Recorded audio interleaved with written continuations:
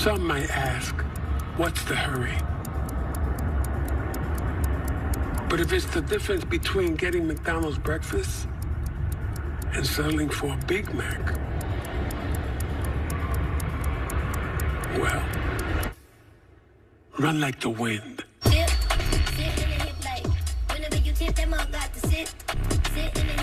Ba-da-ba-ba-ba.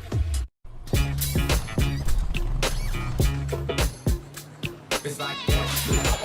Got him and stays fair.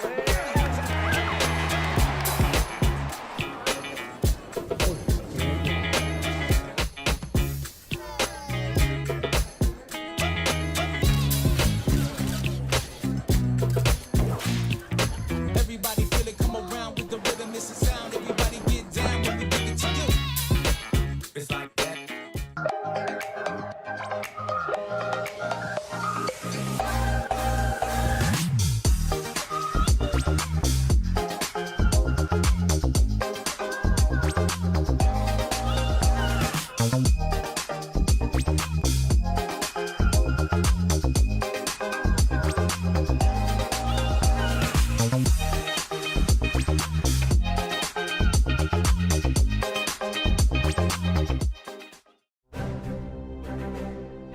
You don't have to wear a uniform for service or sacrifice. Every day, ordinary Americans perform extraordinary acts of courage and selfless service. Please join us in recognizing citizen heroes who have made a difference in the lives of others through their acts of courage and selfless service in communities across America. Nominate a citizen hero today at themedalofhonor.com.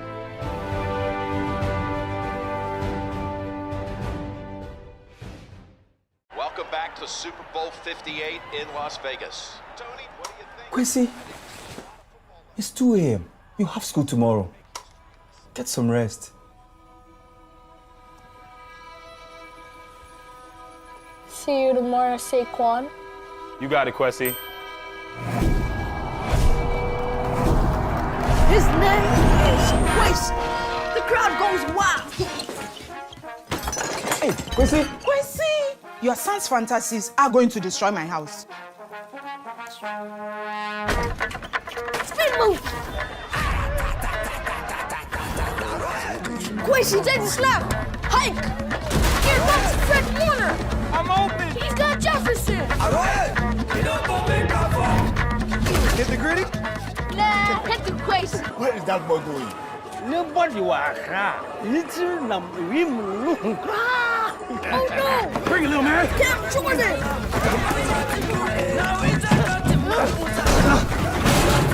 I see tomorrow, Quasi. Quincy's in trouble! I got you. He pitches it to Saquon! No! My ball! That's on you, bro. Besides, I'm not even real.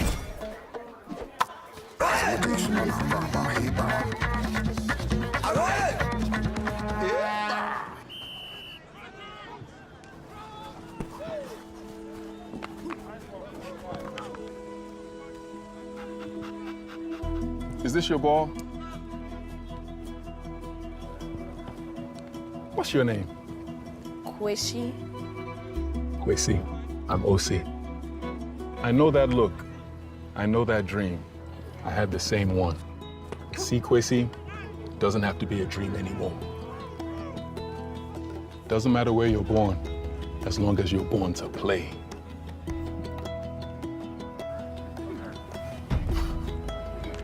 Just making sure you were real.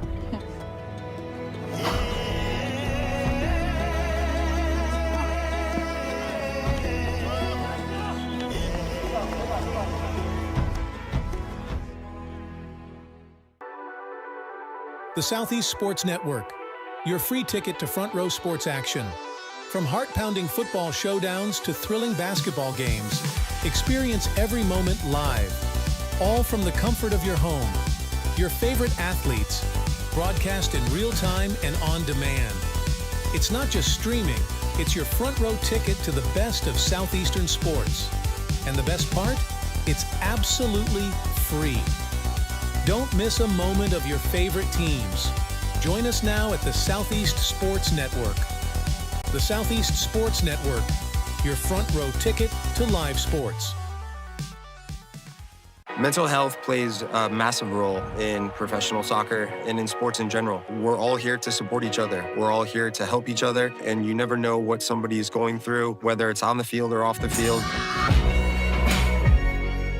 For me, mental health plays a huge role when it comes to goalkeeping, because a lot of times the game is not near me and not near the goalkeeper, and it's important that I stay calm and stay ready and stay connected to the team even when the play is not by me.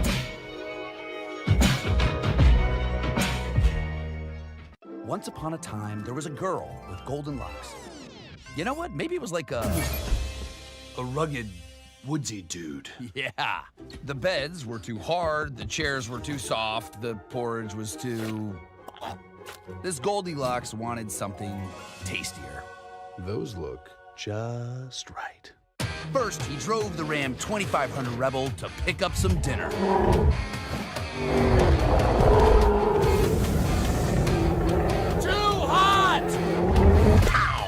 Some really big dinner.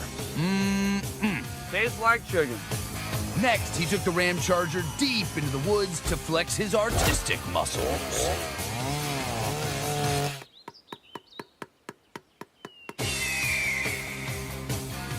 That was the village tree.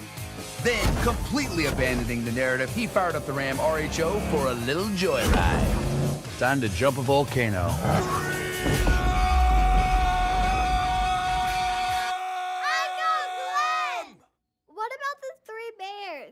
This is my story.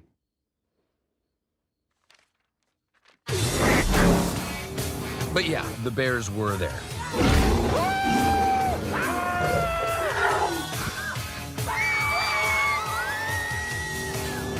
And they all lived happily ever after. Sorta.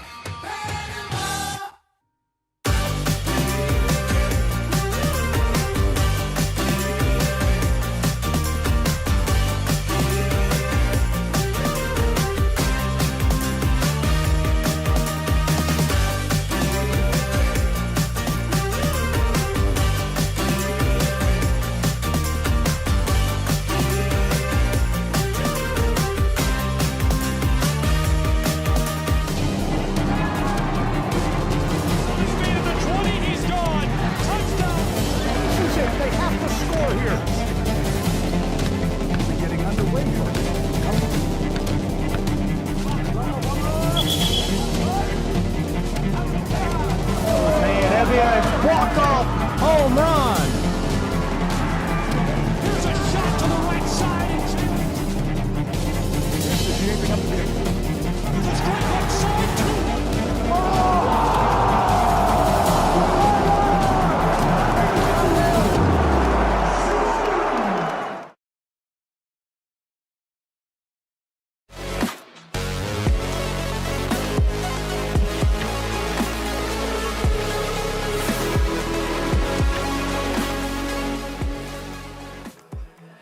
Welcome to Kingsport, Tennessee, and inside of Hunter Wright Stadium, we bring you live to the Appalachian Athletic Conference Baseball Championship, the title game featuring the Lions of Bryan College and the Bulldogs of Tennessee Wesleyan in what promises to be a wild battle between these two programs.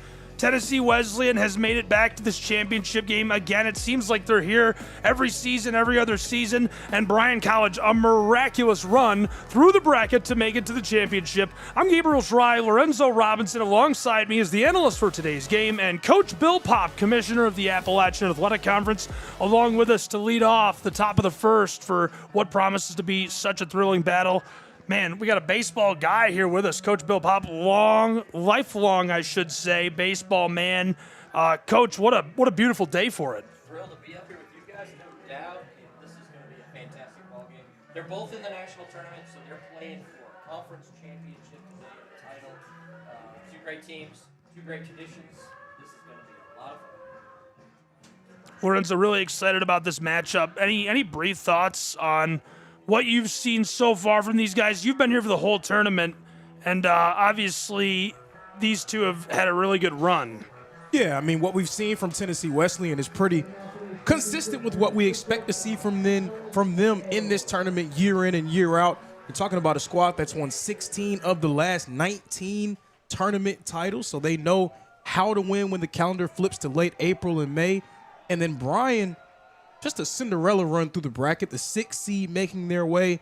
Let's see if they have another magic trick in store for the championship.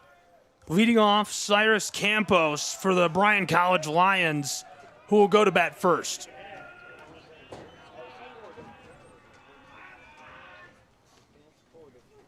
Oh, 1 chopped foul down the line. Strike 2. And Cyrus Campos kicked off the scoring for Bryan yesterday in their win over Milligan. He's been so effective in that leadoff spot all tournament long and really all season long for this Bryan lineup. 0-2. Chops at that.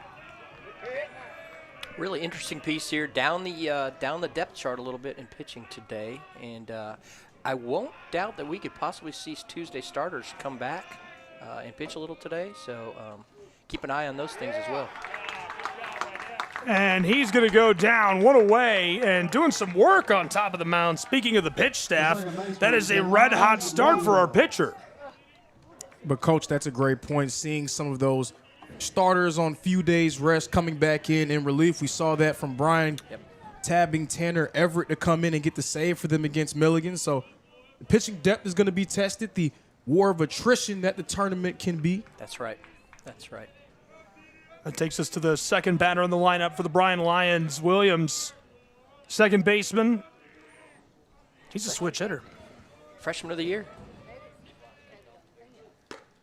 And he missed part of yesterday's contest, Lorenzo. I caught that portion of the broadcast over at the softball championship and then came back in and now playing again today. Yeah, we're going to see how that affects him, particularly defensively. He didn't really seem to move as swift as he usually does, trying to field some of those ground balls. He's such a great and rangy defender out at second base. So that'll be something to watch for.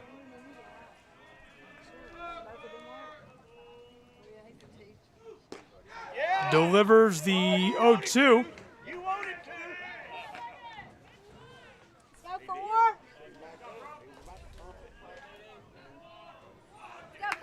This season, 27 wins for Bryan College, 39 for the Bulldogs of Tennessee Wesleyan. They have punched their ticket to the World Series several times in the last few years, as this is roped to right field and collected. I'll tell you what, guys, last night and watching Bryan the last couple days, but Tennessee Wesleyan specifically last night, some unbelievable defensive plays coming from both these squads. Bryan shifts really good and gets their players in the right position, but Wesleyan, wow, last night a couple plays at second base that were second to none. That one play down the backside is that almost kills our camera operator. There was a crazy play over from third over to first for the Bulldogs last night. I could not believe he was able to trap the ball, collect it, rise and fire in time to cut the man down at first. Absolutely just wild. Incredible. Absolutely incredible. You know exactly what I'm talking Here about. comes another one. Nope, just couldn't get to it. Second baseman ranged up the middle last night for an off-balance backhand throw across his body, I think in the middle of the game too. Man, just unbelievable.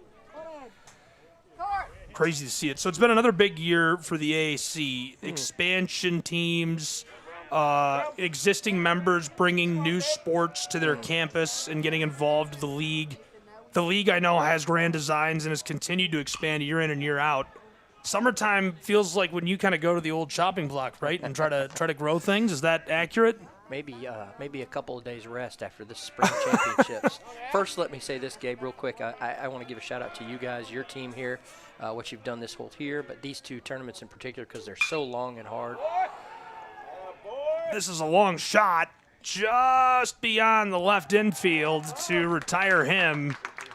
And, Coach, we really appreciate it. This is, it's one of those weeks that just it's so much fun. Yeah. But this year more than ever, it really has flown by. It's been an ideal tournament. Yeah. Super beautiful days for it. We had the one challenging day, but I don't think we've ever gotten through it without 2 rain days. Yeah, you're right. 100%. Yeah, we felt pretty fortunate, no doubt. So just wanted to give you guys a shout out. It's great. I know those folks at home that are listening really appreciate what you guys have done, and it makes it much better for everybody to be able to see this and hear this broadcast when you guys put it on. Thrilled to be a part of it, as always, and it's what we live for. We love bringing it to life, and it's been exciting. Yes, we're staying here in the commercial. I'm going to give a couple shout-outs here. Visit Kingsport. My gosh, they do a great job. Give us their places. Help us with everything we need. I've got great liaisons. Glenn Crawford, Jonathan Burton ran both tournaments this year. Donnie Mayfield, always a plus to have around, helping us with his knowledge and experience. But I noticed a whole lot of ADs and administrators this year, coaches coming back around to watch games. It's really been fun, Gabe. You said it a second ago. It's really been a good year, no doubt. Man, shout out to Donnie. DoorDash lunch for our top cam operator, Jeff Hubbard. Nice. And Donnie walked it up here himself. Thank you, Donnie. He's the athletic director at Tennessee Wesleyan. I thought that was first class. There you go. That's perfect way. And then lastly, to the umpires, man, they come out here, give it to us. Both softball and baseball umpires give us their best every day, and we really appreciate those guys that work with us as well. So, Coach, I told a story yesterday. I heard it. I don't even know if you remember it. When I came in, we were doing physicals in June of 2019. Right. And I was with Kellen, our trainer, and he was showing me around, and he said, yeah, this is our athletic director. This is Coach Pop. I said, Coach, how you doing? He said, Lorenzo, how are you? I said, that meant a lot to me. I don't know if I've ever told you that. That makes me feel how much really that good. made me, Man, that really makes me feel good, and I'm so glad. And yes, I do remember. And here's what I'll tell you: that was one of the things that I really tried. Listen, I didn't get everybody's name. Don't get yourself. I'm not gonna lie to you.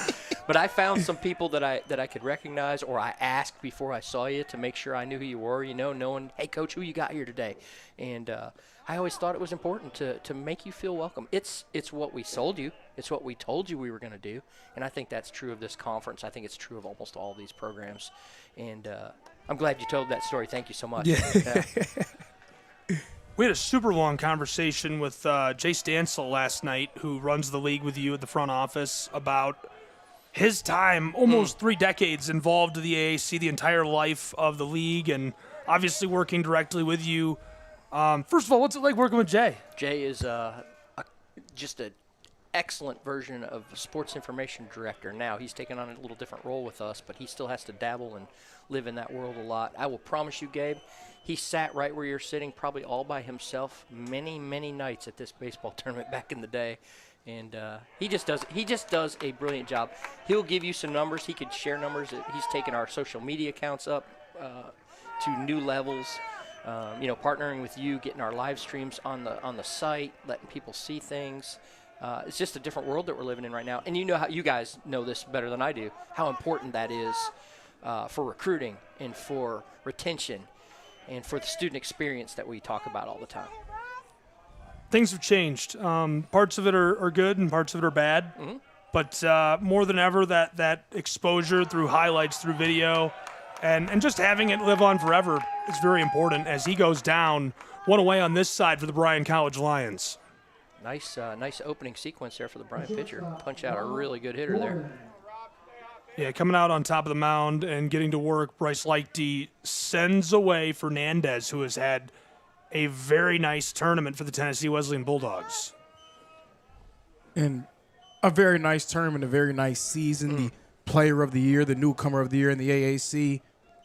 But Bryce Lichty, only his second start of the season. He's normally coming out of the bullpen for Bryan. This is his 16th overall appearance. But, again, we're seeing these pitching staffs get tested early. Roped across, controlled, and easily sent to first in time to retire a second Tennessee Wesleyan Bulldog. Nothing doing for the shortstop, Rob Gordon. The first baseman, Josh Shelley. So, Coach, what, I asked Jay this, and kind of the same way. Don't give anything away. Obviously, you don't want to give any secret sauce away, but Unless you want to break some news, you can break news This would if you be a want good to. place to break news. Sure. I don't really have any breaking news yet. I can tell you we're working really hard on a new member. So we'll see where that goes. You know, it all comes down to the presidents, and we don't meet till June. So at some point, I'll be able to announce that. But you guys, we might not be on air until we see some of that stuff until next year. But 2 football affiliates possible. I'd really like to see our expansion in football continue and get those football coaches a 8 or 9 game schedule so they don't have to go out and find too many games on their own. I think that'd be a big deal. And, you know, a couple little tweaks here and there for some of our sports, but I'm looking forward to another great year next year. Well, I was just joking yesterday, before Jay came on even, that you guys have got me addicted to more sports than I ever could have imagined existed. I'm, you know, out here trolling websites about all kind of niche Olympic sports that you guys sponsor, and what incredible opportunities provided. I mean, even the golf championship, incredible. A good time down in Georgia, and the tennis championship here in Tennessee in Chattanooga. Beautiful venue there, right on the river, and just always incredible to see the athletes get to work out and show off their stuff at the end of the season and compete for that final medal and a chance to go on and compete nationally. The track and field, the interviews were awesome. Yeah, really fun times there. Yeah. Cool to see some athletes set some records and some times nationally. Just keeps getting better and better every time we go to track. I promise you, that is something to behold, to watch all that go on, and sort of the orchestration of getting running events and field events all together and making it work like it has. It's been incredible. Yeah.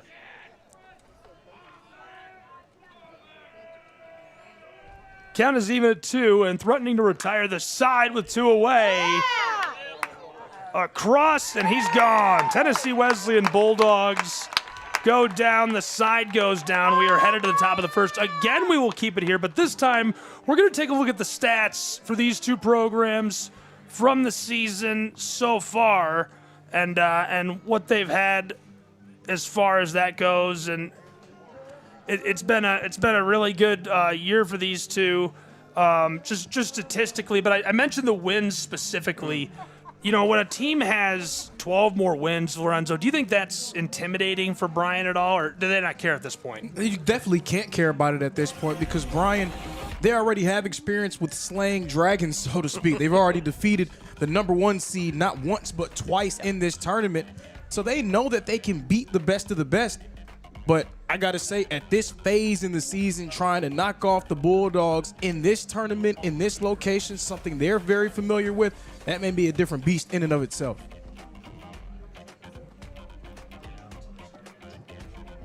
Yeah, Lorenzo, I think you hit that nail on the head there. This is beyond worrying about who's seated where and who's rated here. But, man, that team in blue over there is difficult dragon to slay at this point in the season. They are playing good. Now, give Bryan their credit. They've been swinging it like crazy. They played really good defense. And I expect this to be a good game all the way through. I mean, look what we got, 0-0 in the first. Here we go. Yeah, I mean, you just have to be so impressed with the way that Bryan, they started off in the tournament against Reinhardt, and it was kind of part of that 4 through 9 log jam going into this tournament. We didn't really know which team we could trust out of that group. And then for them to beat Milligan the way that they did in that pitcher's duel, finding a way to defeat Spartanburg Methodist right after that, they've won games in different ways. That's how you win at this point in the year. Yep.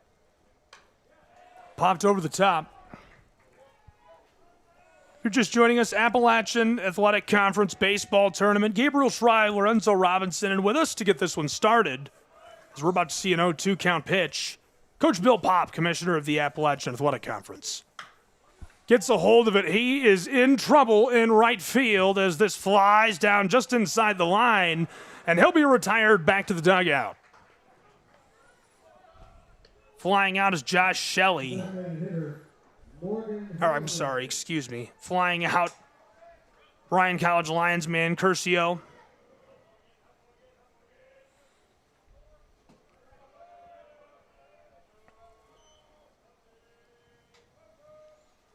Rocks and fires, and this is fouled off and goes just wide of the press box. Jeez, I had no idea you guys were in the firing line. You know I got hit by a ball. Cow. You know I got hit by a ball last year? Jeez, I didn't know that. But now I got to show you that. I'm going to send you that clip. I'm going to send you that clip. It's a good clip. Yeah. Oh, right in there's the another chest. one. And that does kill our camera operator. Oh, my gosh. Yeah. We had one hit right there where that sharp white spot is. And we do still have a camera operator. We had one get here. And I don't think our insurance is paid up enough right now for this right here, what I'm saying. I'll give Farmers a call or whoever. Yeah. Ooh. That was pretty close, wasn't it? I wasn't even paying attention. I think it scared everyone. Yeah. Jeez. You don't have Close the any time to windows. You react. won't be able to see because they're a little dirty, as I can see. But, yeah, okay. 0-2 pitch just fouled off into the parking lot and probably hit one of our cars. Yeah, that's the way it's going right now. I'm telling you, we're a target. Oh, my goodness. Bryan at bat, and this is a look at the order of the lineup for these Bryan College Lions as we've rolled through a few of them already. Campos the leadoff. Right now we're seeing Halliday. Following him, Morris, Reynolds, Brody, Cook, and this one is going to get us. What is going on? I'm going down there to talk to Mr. Halliday. He's trying to kill us, man. Yo, keep it straight. Keep it straight. Take it easy, Morgan. Man. Yeah, man. The 1-2 count could end our lives with one away. Right over the top of the mound, and Halliday, he's safe, but I think we're even safer. A small price to pay for salvation. That's right. The catcher, Jaron Morris. First hit on the board comes from Bryan. Yeah, the Bryan Lions, they have 4 young guys in that lineup that are very effective. Denaj Williams, the freshman of the year. Holiday's also a freshman. Jaron Morris, he's only a sophomore. He was a second-team all-conference selection. They're backstopping the outfielder Jack Reynolds also. Look at the lineup for Tennessee Wesleyan defensively, right and left field. Bowania in center field. Reynolds on the right side. Around the bases, Shelley, Espinoza, Fernandez at third. Rob Gordon playing shortstop. Tolson catching today, and of course Brumley on top of the mound for Tennessee Wesleyan.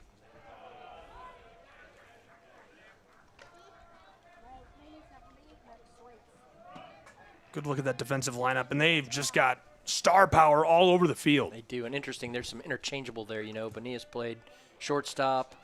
Colton Reynolds has played third. There's a lot of interchangeable pieces there as well. One away, a man over, safely on board at first. They'd love to advance him into scoring position somehow. 2-1. Roped right over the same spot, but this time takes an awkward bounce and able to turn the double play to retire the side, as that'll send us to the bottom half of the second. What a play for Tennessee Wesleyan, who goes back to Matt in a scoreless deadlocked matchup in Kingsport, Tennessee in the AAC Baseball Championship.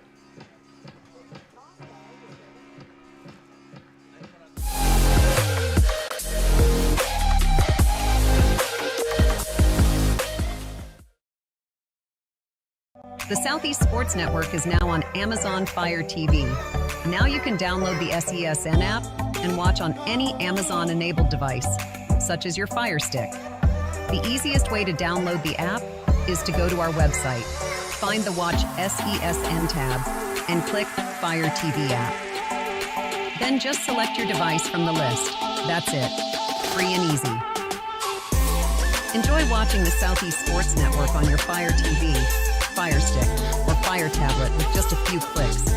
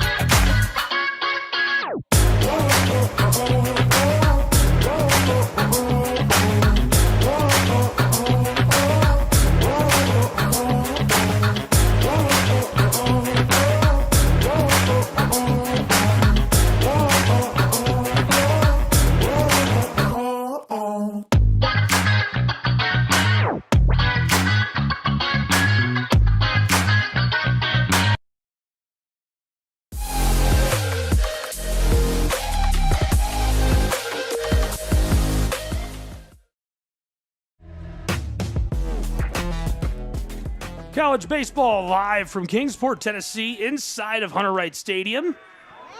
And we are into the bottom of the second inning between these two. It is the Appalachian Athletic Conference Baseball Championship. The 0-1 delivered first from on top of the mound by Lighty.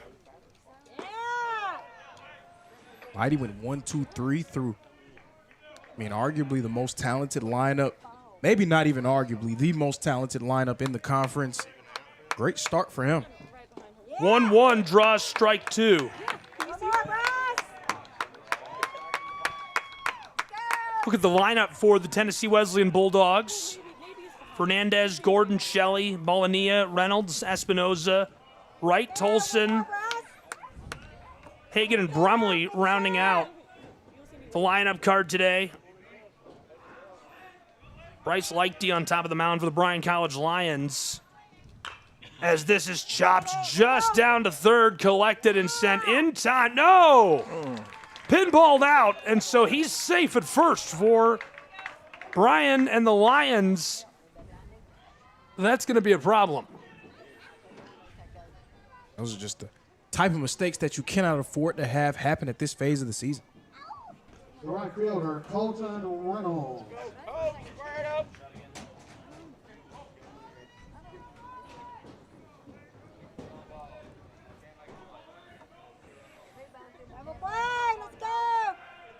Making sure he's comfortable over at first and getting back onto the bag quickly.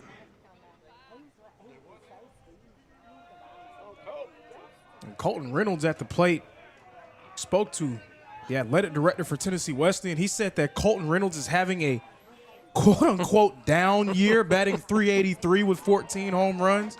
I guess down from 411 and 24, I guess.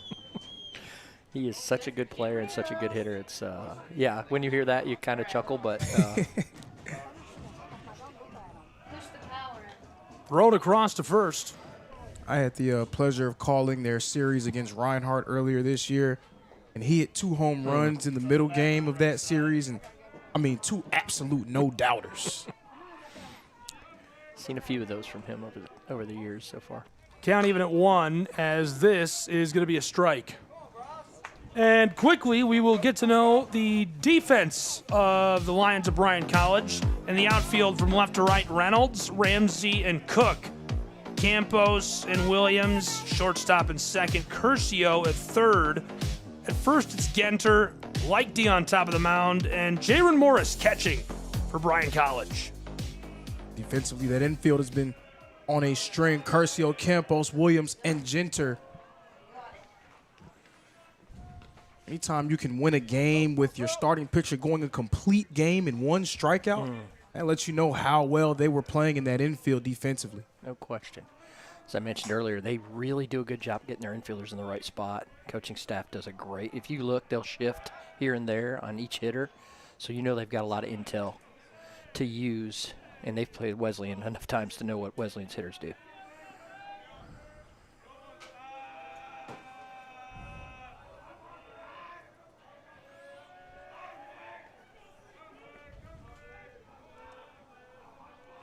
One, two. Fouled off. This seems like the most dangerous day for foul balls. So far, so good, huh? Man, I'm telling you, I felt like I was under attack right there for a minute. Get your helmet out. That last half was a little scary. I'm not going to lie to you. No outs on the side. Bryan trying to get there first, and, man, if they could squeeze somebody out, they'd feel good about this second inning. That is going to cut through the corner of the zone. One away as Lighty going to work on top of the mound. Yeah, very needed to kind of settle him down a little bit after surrendering a base runner. You just have to continue to mow them down when you can, and you cannot let Tennessee Wesleyan build some momentum on offense.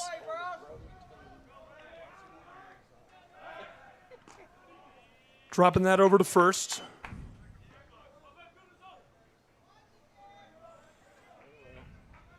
One away in the bottom of the second, struck out moments ago. Lighty picking up his second K of the game.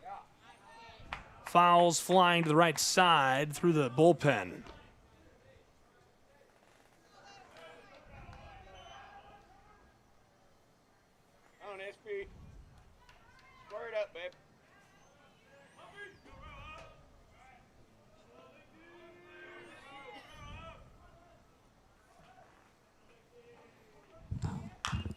Popped foul again, strike 2.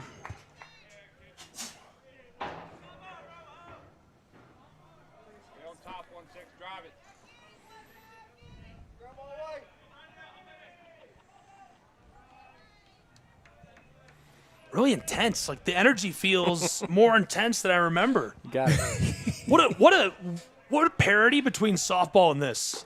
Yeah, no doubt.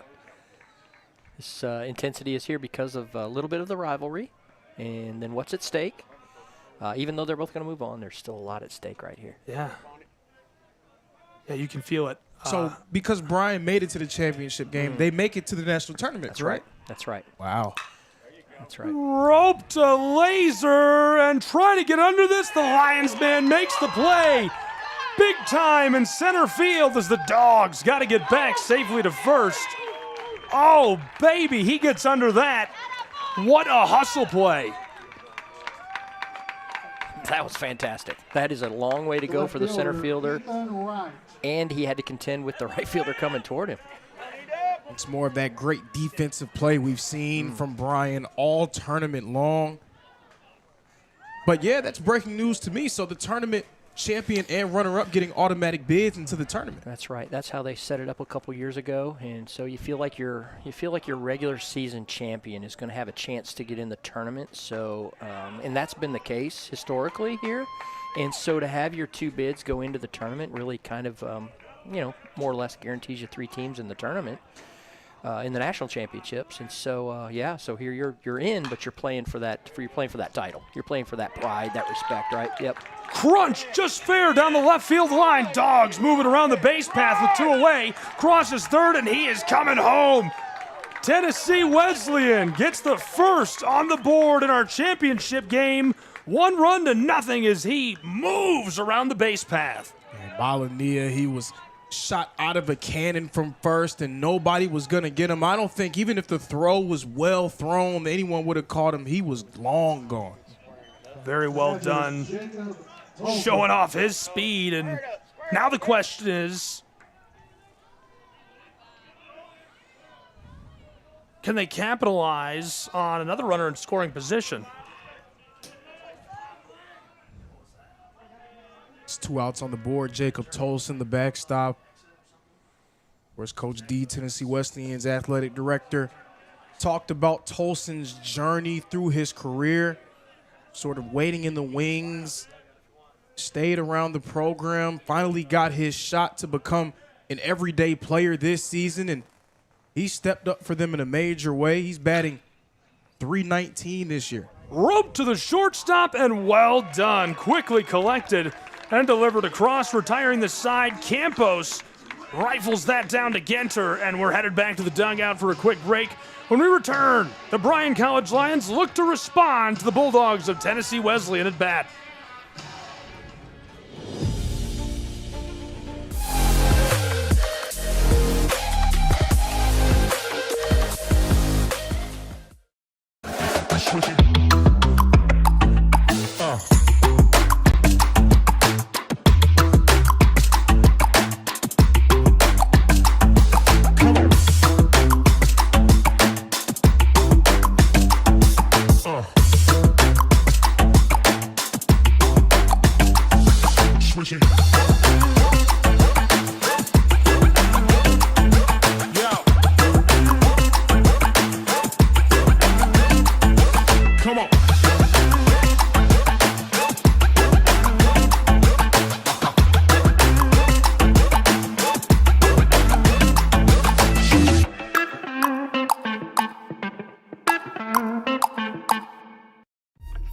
Your favorite teams, your favorite live streams, your favorite highlights. Be sure to engage with us. Find us now on YouTube at NSBN Sports or visit us at nsbnsports.com. All of the ways to watch your favorite local and regional sports. Join us now on Twitch TV, You can also find NSBN on Amazon Fire TV or visit us live on YouTube as we stream games there as well. Another fan favorite way to watch is nsbnsports.com. You can also find us through our NSBN app, free to download from the Google Play Store, and Roku TV, where you can find all of our content. NSBN Sports, visit us at nsbnsports.com.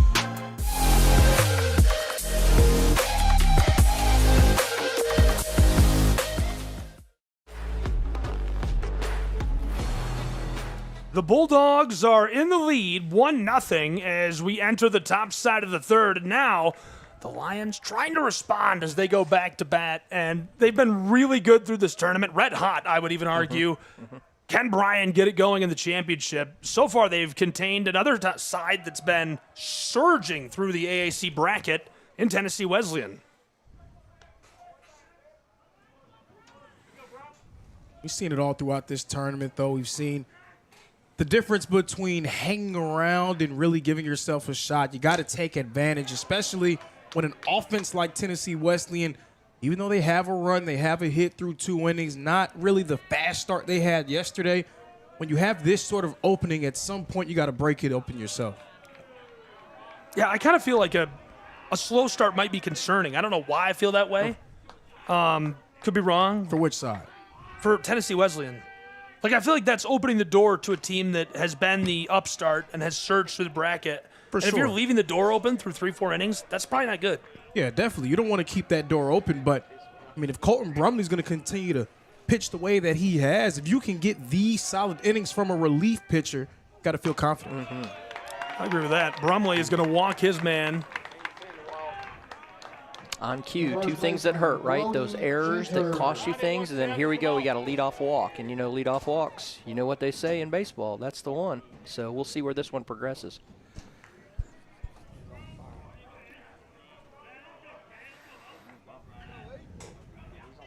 So far, he's looked pretty good, though. 9 balls, 22 strikes. So that's a .710 strike percentage. This is going to be his 8th batter faced.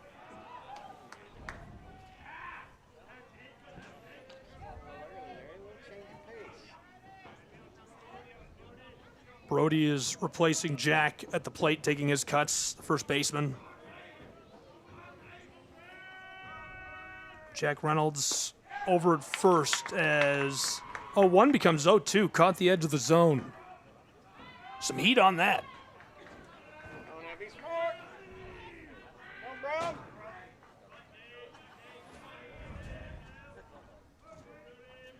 0-2. There it is.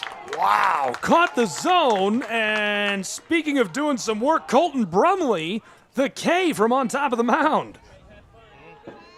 The right fielder. Well, that's a great start to this side of the inning, the top of the third for Tennessee Wesleyan. Shaking off, surrendering that leadoff man, getting at first, so important and vital. Coach, to you, what is the most fascinating or intriguing part of this matchup? Is there something that your average fan isn't going to see or I'm not going to notice just by looking at the box scores and the stats? Yeah, two or three things. How they're going to use their pitching staffs today. Like, where do they make their moves? Can they get deep with the guys that are on the hill right now? Both of them maybe midweek starters or relievers. And so how's that going to go? And then do they choose to generate runs, or are they going to try to let their offenses kind of go like they have, because Tennessee Wesleyan has bunted in the past. So has Bryan. They'll move runners with hit and run. So it's going to be interesting to watch how the offenses progress today. Got a good piece of that, but he is in danger as it's looking like he'll fly out to right field. And the Bulldogs, man, able to collect with no effort. Proving under that, Colton Reynolds sends him back to the dugout. Yeah, not quite far enough, long enough for in the right position to be able to advance that lead runner. I love what we had Donnie up here last night as the Dogs rolled to a big win, and we talked to him about Colton Reynolds, and he says, he's kind of down this year, and he's hitting like 380. That's crazy. Oh yeah, he's down. Crazy, yeah. Almost hitting 400. Yeah. 2 away, Brumley rocks and fires that. Well done. As we work our way back to the top of the batting order for Bryan, so They've seen Brumley one time through. They're hoping this second time through the order they have more of a read on what he's going to be doing on top of the mound and try to make plays from there. Strike two with 2 away, fouled off over the top. Definitely want to see Cyrus Campos get going. He has been a on-base guy for them, and when he gets on, he generally comes home. Hit and run. Got a hold of that. Hit and run is right. Here come the Bryan College Lions with 2 away.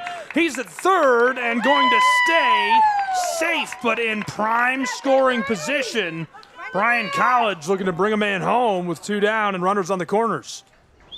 This is very similar to what Cyrus Campos did yesterday. He had that early strikeout, but then eventually he got a read on those pitches. He felt into a good rhythm in that batter's box and just continued to get on base. A guy who gets on base 46% of the time. Huge. And there it was. There's a coaching decision to make a batter swing at a ball and get a runner in motion to really get your offense started again. That was really cool. That was really great. Well executed play for sure.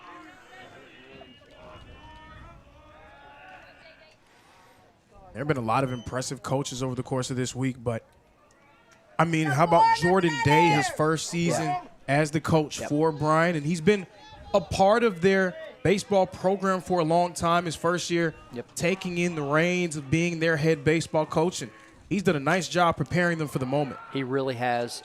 Longtime assistant,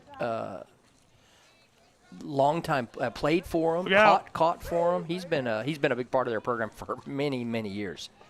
Thought that was going over into the crowd there, and I was worried it would hit somebody. I thought it was going to bounce off of the netting and come in here. So every time I see something come this and way, now we're ducking after that one at bat. Yeah, that's true. That's true. Get down.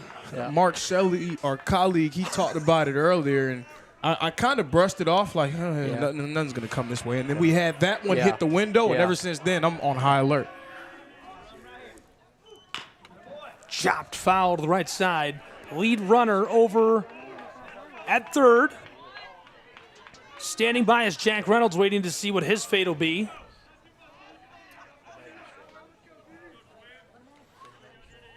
Behind in the count, 0-2 already is Crumley. Crumley's got 2 strikeouts. Williams, he's 0 for 1. The 0-2 is skied, and a gray sky. Can they track it down? With the Oakleys looking cool to retire the side. That's going to send us into the next half inning in a really good battle. The bottom of the third coming. Bryan College and the Lions will try to slow down these Tennessee Wesleyan Bulldogs again at bat.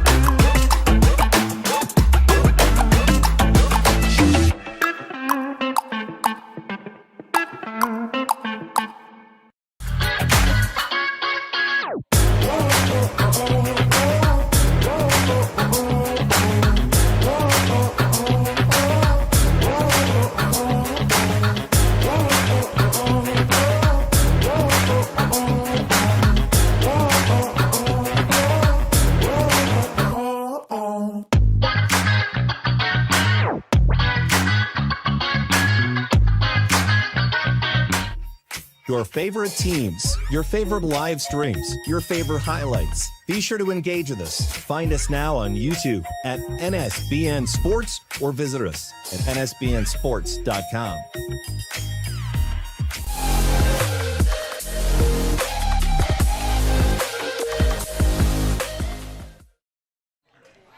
Looking in on the Bulldogs of Tennessee Wesleyan, who are now at bat.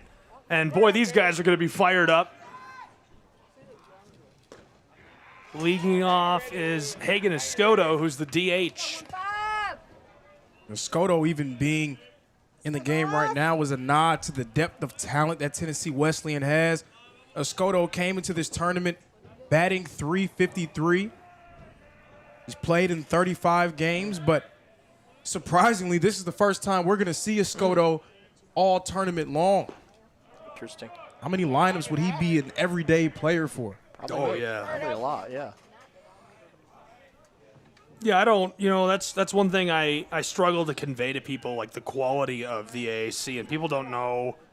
I mean, this is going to be roped across, collected at second, and sent to first. Well in time for Bryan, who retires the first of the side.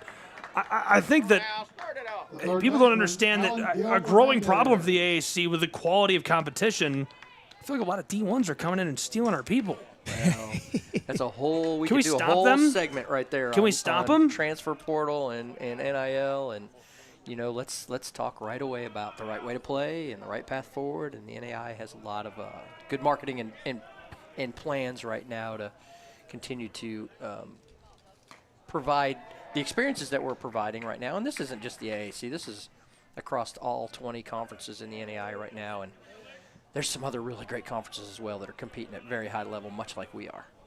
At least that's a good problem to have. You know, you're struggling to keep your talent because they're so talented, right? People are like, we've got to steal all your guys. Yeah, we talk about re-recruiting your students all the time. You have to now. You used to be able to recruit them one time, get them to your school. Loyalty kept them there forever. And now it's re-recruit them every year. Better tell them what's going to happen for them the following year if you want to keep them. 2-0 becomes 2-1 with a good cut through the bottom of the zone.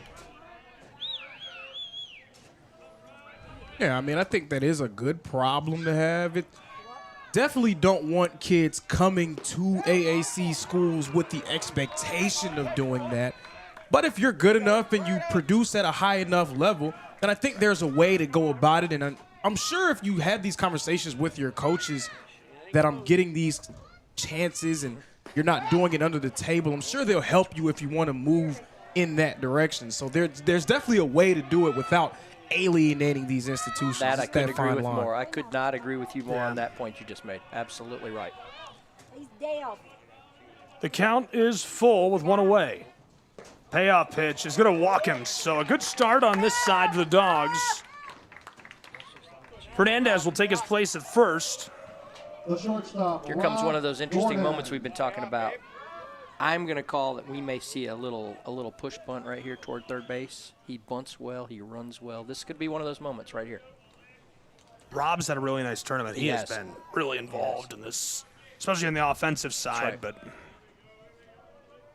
And Coach, that was a good call about his ability to bunt. He didn't. They held off. So early in the game still. Coach Barry going to roll the dice, let him swing, which they do well also.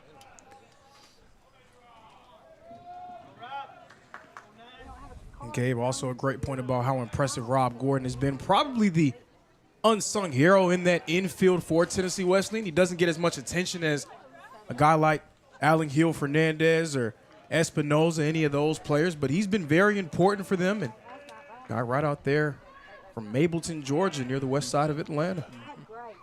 good spot. Oh, there it is, fellas. Great bunt, just rolls foul. That was a good look. That was it. That's that play. We've been seeing a little bit of that in this tournament. He's done that a few times, put pressure on the defense. If you succeed in the sacrifice, your runner's in scoring position. If you succeed for a base hit, you're first and second and nobody out.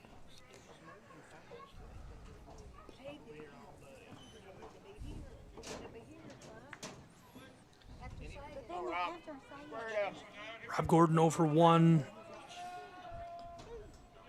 Olania standing by in front of the dugout, waiting for his turn to take his cuts.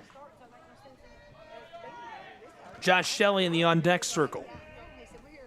One away. Fernandez was walked as that goes to rise our count to 1-2.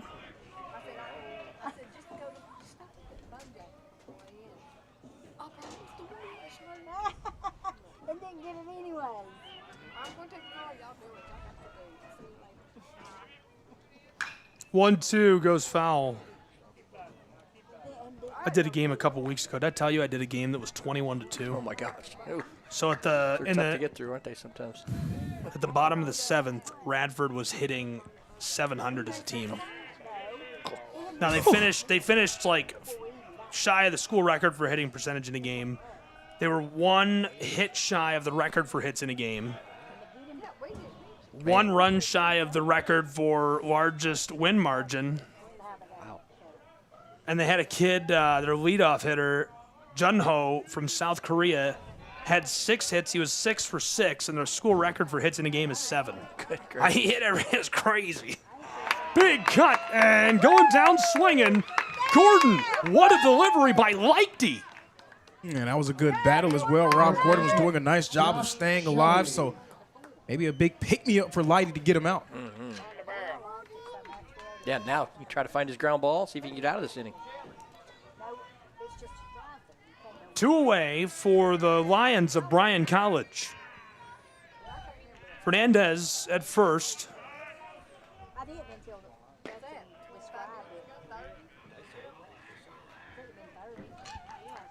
In the last half inning, Tennessee Wesleyan scored with 2 out. That's right. The ability to produce runs in the pinch like that is super impressive. And this could be another run produced on cue all the way to the wall. They are in terrible danger as that is perfectly placed out up against the boards, but able to get it back in time to hold them both in scoring position. The lead runner at third, and of course out at second, our man who just cranked that. Josh Shelley now coming to bat. Yeah, I mean, in a lineup full of tremendous players at the plate, Josh Shelley could be arguably having the best season of all of them, batting .409, 57 RBIs on the season entering today.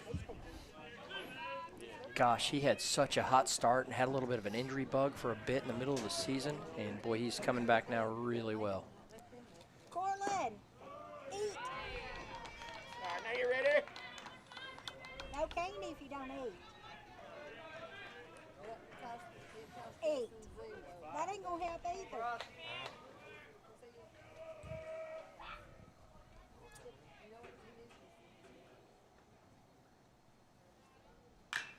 And this is going to go right to third, collected in time to make the play. Almost scored a run right there as it kind of skeetered across to first, but got it in, and it retires the side. We are headed to the top side of our 4th inning between the Lions and the Bulldogs in Kingsport, Tennessee.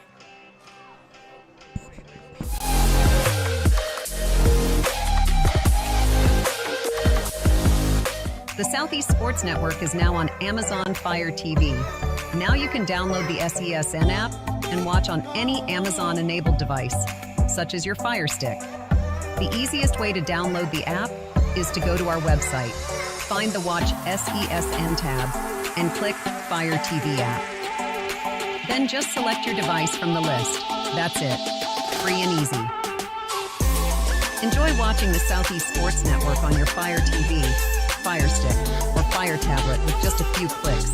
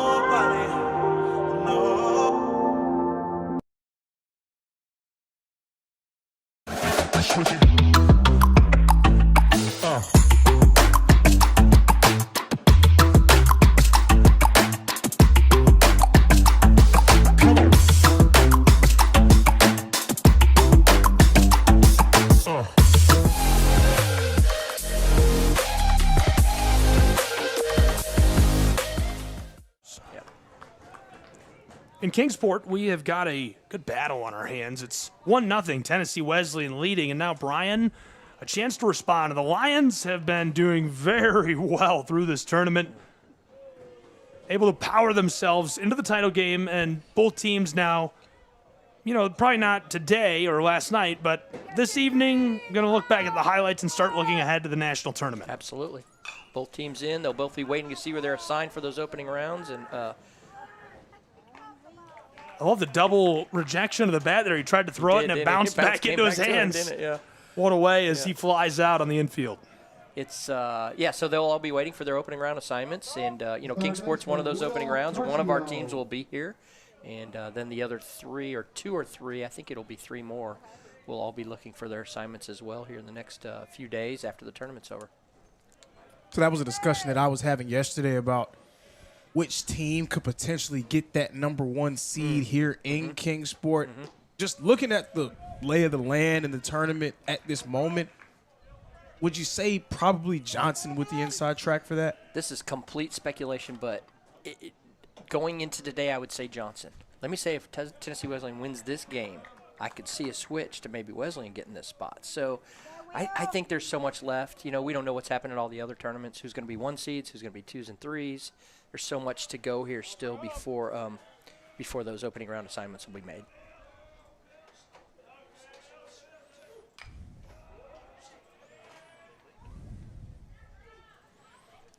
Fouled straight back right there. 2 strikes now. Yeah. Still cruising pretty well, staying ahead of the hitters. Other than that 1 walk last inning to start the inning, he's really done a good job today. Man, has he been on top. We're going to see what he could do here against Carcio. Carcio had a big-time home run in that win against Milligan yesterday. Interesting conversation yesterday as we were talking to Coach Day between games. Yesterday, he was kind of sitting up there with us where we kind of all hang out and watch the games up there, and he said they've scored 20 of their 25 runs-ish or whatever that number is. It's close to that with 2 outs. What a big deal that is.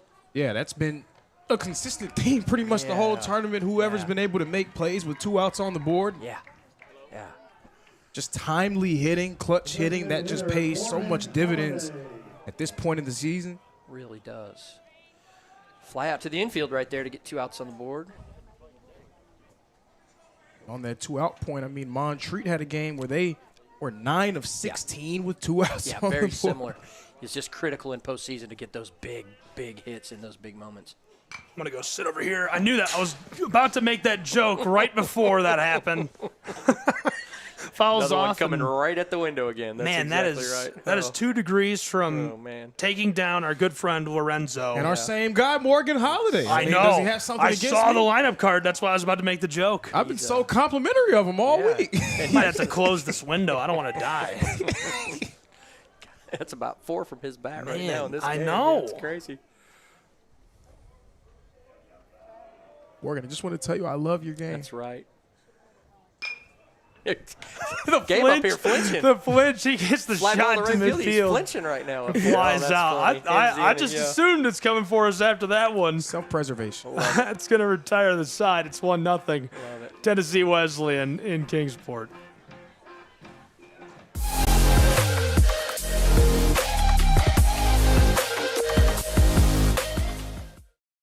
The Southeast Sports Network is now on Amazon Fire TV.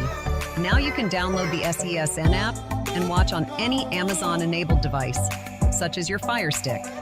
The easiest way to download the app is to go to our website, find the Watch SESN tab, and click Fire TV app. Then just select your device from the list. That's it. Free and easy. Enjoy watching the Southeast Sports Network on your Fire TV, Fire Stick, or Fire tablet with just a few clicks.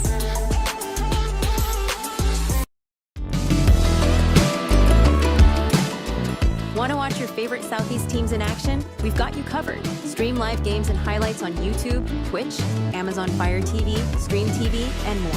For all the details, visit our How to Watch page at SESNsports.com.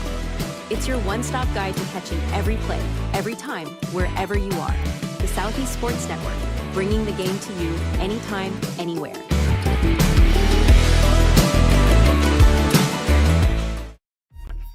Your favorite teams, your favorite live streams, your favorite highlights. Be sure to engage with us. Find us now on YouTube at NSBN Sports or visit us at nsbnsports.com.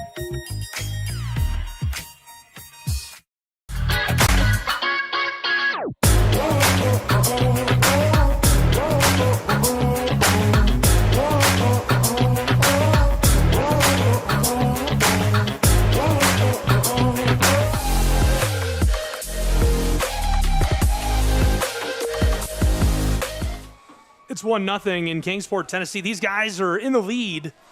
And, man, Bryan College is not going to make it easy for the Bulldogs. Love it. Love what's happening here. This is the kind of game you want for a championship. Popped up.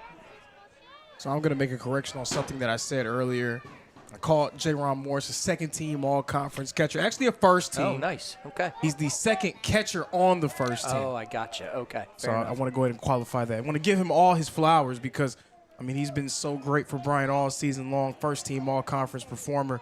And only a sophomore. The future is very bright for him. Great point. Well, congrats to him. That's quite the accolade. No doubt. Love seeing the underclassmen produce and seeing these programs continue to be strong year in and year out, like Tennessee Wesleyan. Yeah, they gave everybody they gave everybody the model, right? Didn't they? They've sort of showed you what you got to be if you want to be a national level contender and want to win conference games. And listen, 5, 6, 7, 8 schools right behind them that are all doing it right now. You know, trying to find their way above them somehow or another. And this year was a good example. Milligan and Johnson in the regular season found their way above them this year, right? Yeah, Coach D brought up a good point. There's these teams that come up and rise up and become competitors with them year in and year out. And then they kind of fall to the wayside a little bit. And then there's another team that rises and falls. That's right. Who's always consistently in the mix? That blue and gold, they're just always hanging around atop the AAC. You got it.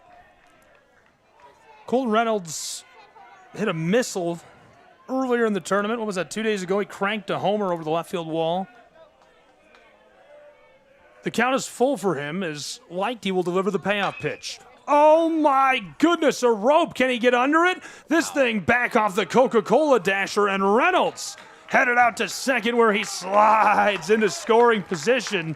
No outs on the board for the Bulldogs on this side of the fourth. If you've been to this ballpark, you understand what that ball just was, right, Lorenzo? Yeah. You don't see many balls hit the Coca-Cola sign on the fly. Yeah, nice to see him make plays during his down year. That's about a 400-footer, his down year. Yeah. What do we got to do to get a – you think one of the programs has a trackman they could bring and let us borrow? Wouldn't that be something to have? Yeah. Because a lot of times when I do the D1, they put the trackman kid with me so I can see how fast the pitches are. Yeah, you get a lot of feedback out of That's the trackman awesome systems. to have that. Really, truly. Get the, it's 86 degrees off the bat. Right. This is about 45 and 110 miles an hour as the Dogs have got runners on the corners in Tennessee. Espinoza keeping it rolling and no outs on the side. 45 and 110, I mean, projections, right? I think there's some stirring in the Bryan bullpen now. Somebody's starting to get loose, again. That's what we're talking about. You're going to have to rely on a pitching staff maybe today to get through this game. And here comes Coach Day for a quick visit. And at this point, Bryce Lighty, he's approaching 60 pitches now. So not sure a guy that usually comes out of the pen, how often he hits that total. Right. I don't think this is a pitching change. I think this is trying to figure out what the strategy will be here. Are we going to get 2 in the middle? Are we going to play our corners up? Probably that's what we're going to look at. And then also buy a little bit of time for the bullpen just in case. And from over here, it looks like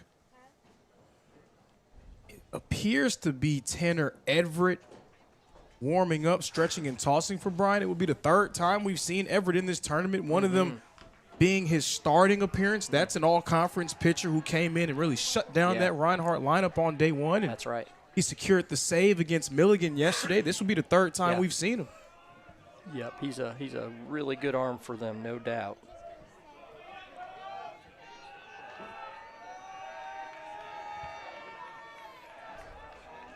No outs, runners on the corners, a prime chance for the Dogs. This is the best situation they've been in the entire game so far. They are willing to trade an out here for a run or 2 outs for a run with their infielders playing back in the middle right now. I think we all know what the big deal would be here is if he can find any way to get this runner, this hitter out without giving up a run. Would be huge. So a strikeout becomes a big play here. Yeah, you're ahead on the count, pretty much opening up your arsenal, but we know that Tennessee Wesleyan, their approach at the plate is very well up and down their lineup.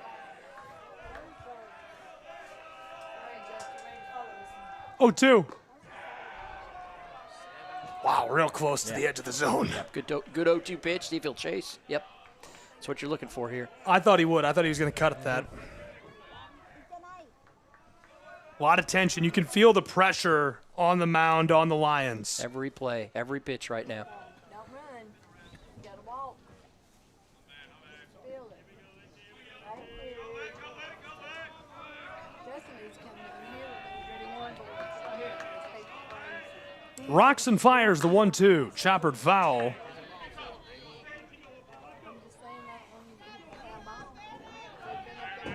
That's our lead runner waiting to see what'll happen to him. Over at third.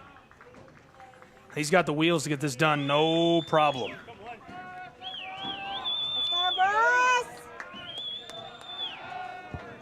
Ethan Wright is 1 for 1 in this championship game. He's got a ribby as that's going to roll foul. Just got a piece of it, just off the catcher, maybe got the umpire too. I'd expect out or not a pitching change either on this AB or the next one. Looks like he's cranking it. Sure does, doesn't it? Espinosa's at first. Colton Reynolds at third. And this ball is floated to center field. Reynolds tagged up and does not come home. I thought he would come on that play. In center field, flying out. Ethan Wright will head back to the dugout now, 1 for 2 in the game, and followed by Tolson, who's 0 for 1, the catcher. Just one away, though, so still a lot of rope to play with for the Dogs. That's a little bit of a base running mistake, in my opinion. I think he was late tagging, and I think he could have scored. I think so, too. I'm surprised he didn't come. There's the game within the game at this point, too. Those kind of small mistakes that could potentially mean something. If Tennessee Wesleyan can't get a run across, we'll look back at that one as this game continues. And now you're absolutely looking for the double play ball here in the inning. And Bryan's been making crazy plays. I mean, it wouldn't shock me at all to see them turn one. But how huge would that be? You can find a way to get out of this inning unscathed. That'll be interesting to see again. Here we are, one of these coaching decisions. When does that runner move at first base? Do we get into a double steal situation? We give another strike here before we try anything? There's a lot here. There's a lot on the line here.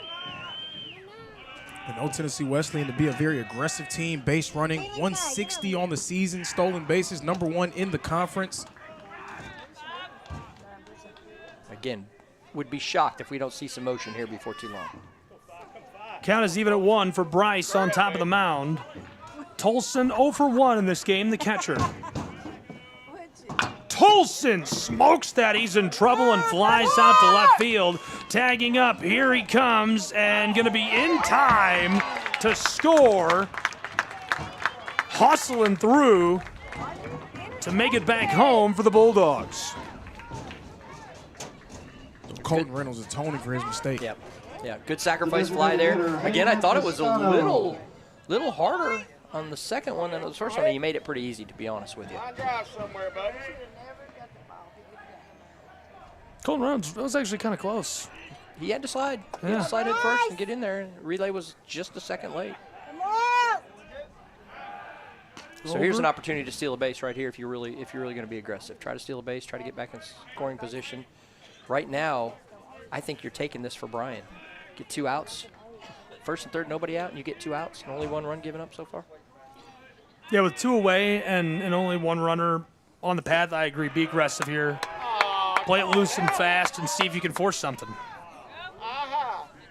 Yeah, you got to like what Lighty's giving you up to this point, too, to be able to get you to this point. No question. If he can give you 4 innings, I'd call that a win. I think so. Gets a hold of that, it rolls foul.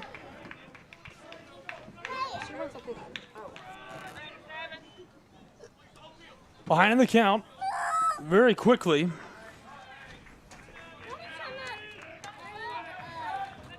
Two down, a runner over at first is Wright after Tolson flew out a moment ago and scored Reynolds. Fouled off.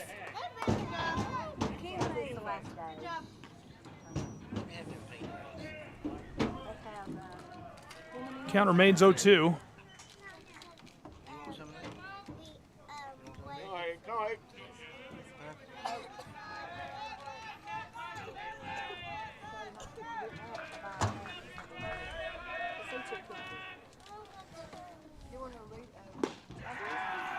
Drops that across.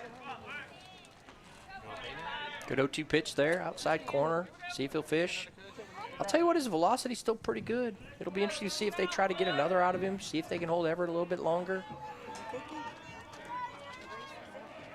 There can't be a more difficult sport than baseball from a mental perspective as far as deciding when to swing and when not to swing as that flies foul right field.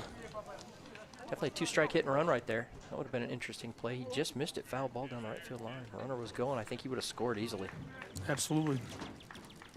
You saw him come around right all the way down to third as he watches that sail foul, and they would have been digging for that down in the corner up against the wall.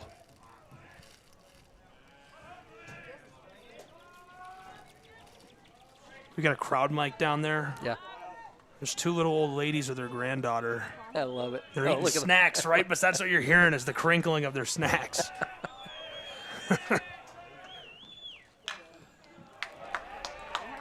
Gets a knock on that. Count remains 1-2.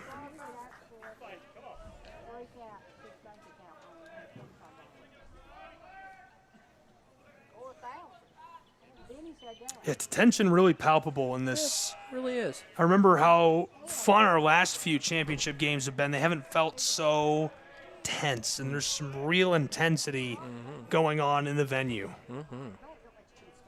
They were tense for me. And he's trying to do exactly as prescribed by Coach Pop, stealing second base with 2 away. That was inevitable as well as they run the bases. As Lorenzo said just a second ago, you just know it's coming at some point for them. I don't know about that point game. I think both championship games were pretty tense for me the last 2 years.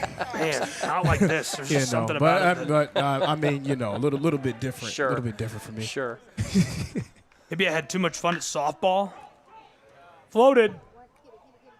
Coming under it and controlled in center field. The Lions retire the sign and prevent any further damage. It's a 2-run game. The Bulldogs are cruising around the base path and trying to grow their lead. The Lions looking to cut things off. We'll see who can succeed when we return with more college baseball in just a moment.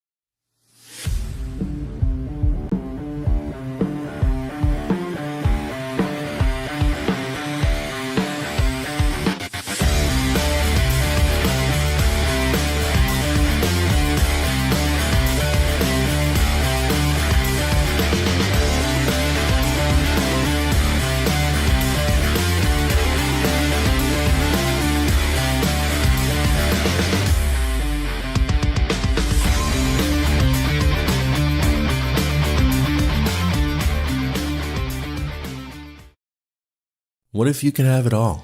A place to call home, a great job, and a safe and welcoming community to raise your family. You can have all that and more in Kingsport, Tennessee. For the past quarter century, Kingsport has been on a mission to reinvent itself as the first professionally planned and privately financed city of the 20th century. Kingsport has earned the nickname the Model City from award.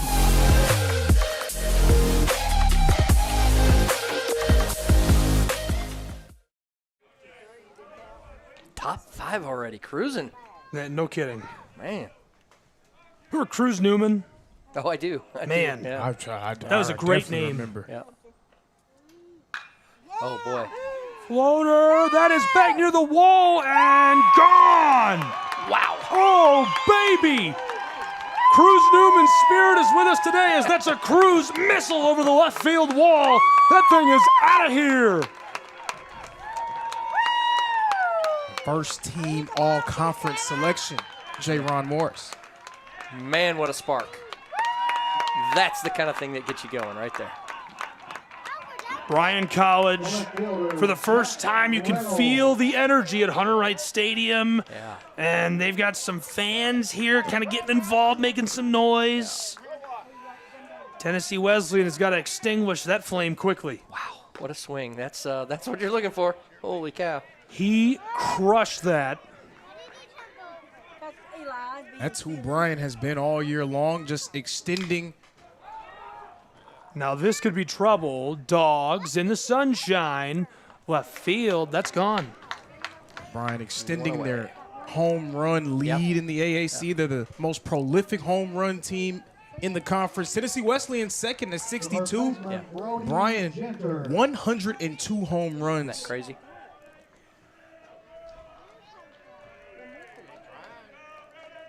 Coach Bill Pop with us. Gabriel Schreiber, Lorenzo Robinson. Man, we're happy to have you along for the ride today for the AAC so title much game. fun. This is a blast. Thank you all for letting me do this. And anytime. This is you guys know this is the last day, officially the last day of conference competition. This baseball game and the men's lacrosse championship down at Life going on right now as well, 1 o'clock. So this is it. That's sad. I know. I want it to end. I know, right? This is going to fly to left field. See ya. Just in that center portion as the Dogs get it done a second time. And that's kind of what I was looking for when I said extinguish the fires, retire the side quickly. Now, can you respond a little bit offensively? I don't know if you need to if you do retire this side quickly, but got to feel good about him giving up a home run. You know it's going to happen to pitchers. And then he came right back, got 2 quick outs, and here they are again. So, you know, he's doing his job. He's doing exactly what you want him to do out there. I've talked about that before. If you're going to give up something at the plate, a solo home run isn't the worst thing in the world. You don't want to give up runs, but it's not Honestly, the worst thing in the world. As long as you can lock back in and try to retire the side quickly. Not very many pitchers out there that would be able to say I've never given up a home run. I can promise you that much.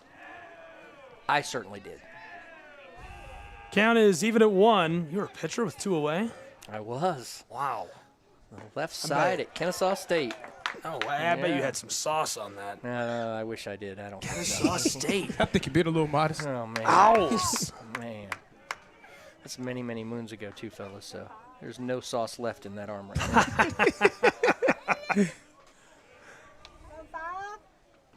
I don't know. We could start rolling up to conference matchups like this, just 3 deep.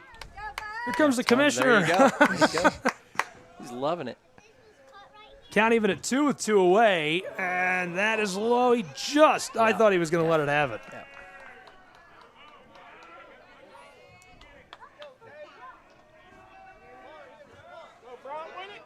Cook's 0 for 1, the right fielder. A full count and the payoff pitch from Brumley. Rolled to second. Cut down at first. Well in time, Colton is able to retire the side after the solo shot. Banged over the left field wall. It's a 1-run game in the Appalachian Athletic Conference Championship. We'll see you in the bottom side of the 5th.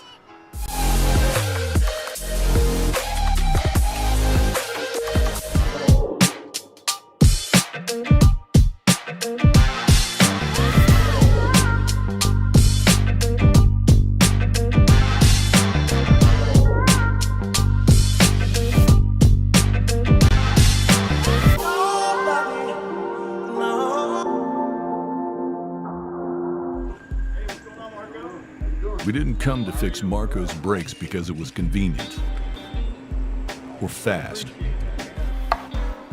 We did it because Marco has bigger fish to fry and a lot of hungry people to feed. Kraus Family Ford. Passion drives purpose. The Southeast Sports Network is now on Amazon Fire TV. Now you can download the SESN app and watch on any Amazon-enabled device, such as your Fire Stick. The easiest way to download the app is to go to our website, find the Watch SESN tab, and click Fire TV app. Then just select your device from the list. That's it. Free and easy. Enjoy watching the Southeast Sports Network on your Fire TV, Fire Stick, or Fire tablet with just a few clicks. Your favorite teams, your favorite live streams, your favorite highlights. Be sure to engage with us. Find us now on YouTube at NSBN Sports or visit us.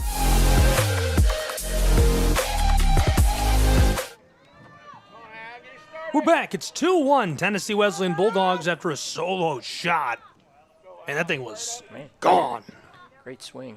Back to the top of the order for the Bulldogs here. I think somewhat surprisingly deciding to leave Bryce Lighty in the game, but after getting into a little bit of early trouble, he was able to navigate them out of that inning. Sure did. Coach showing some faith in his pitcher right now. No doubt.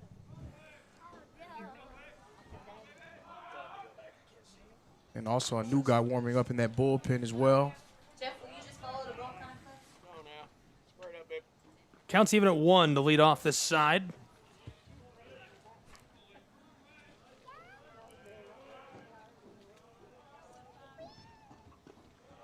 A good picture of what athletic turf does for you as opposed to natural grass and dirt. Look how far out the second baseman's playing right now.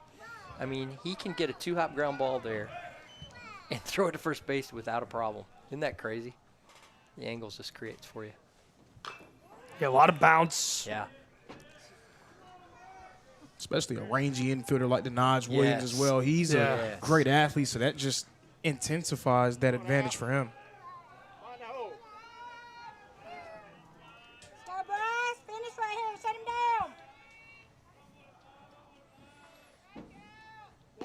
Delivers that, and the count takes that from even a 2 to a full count.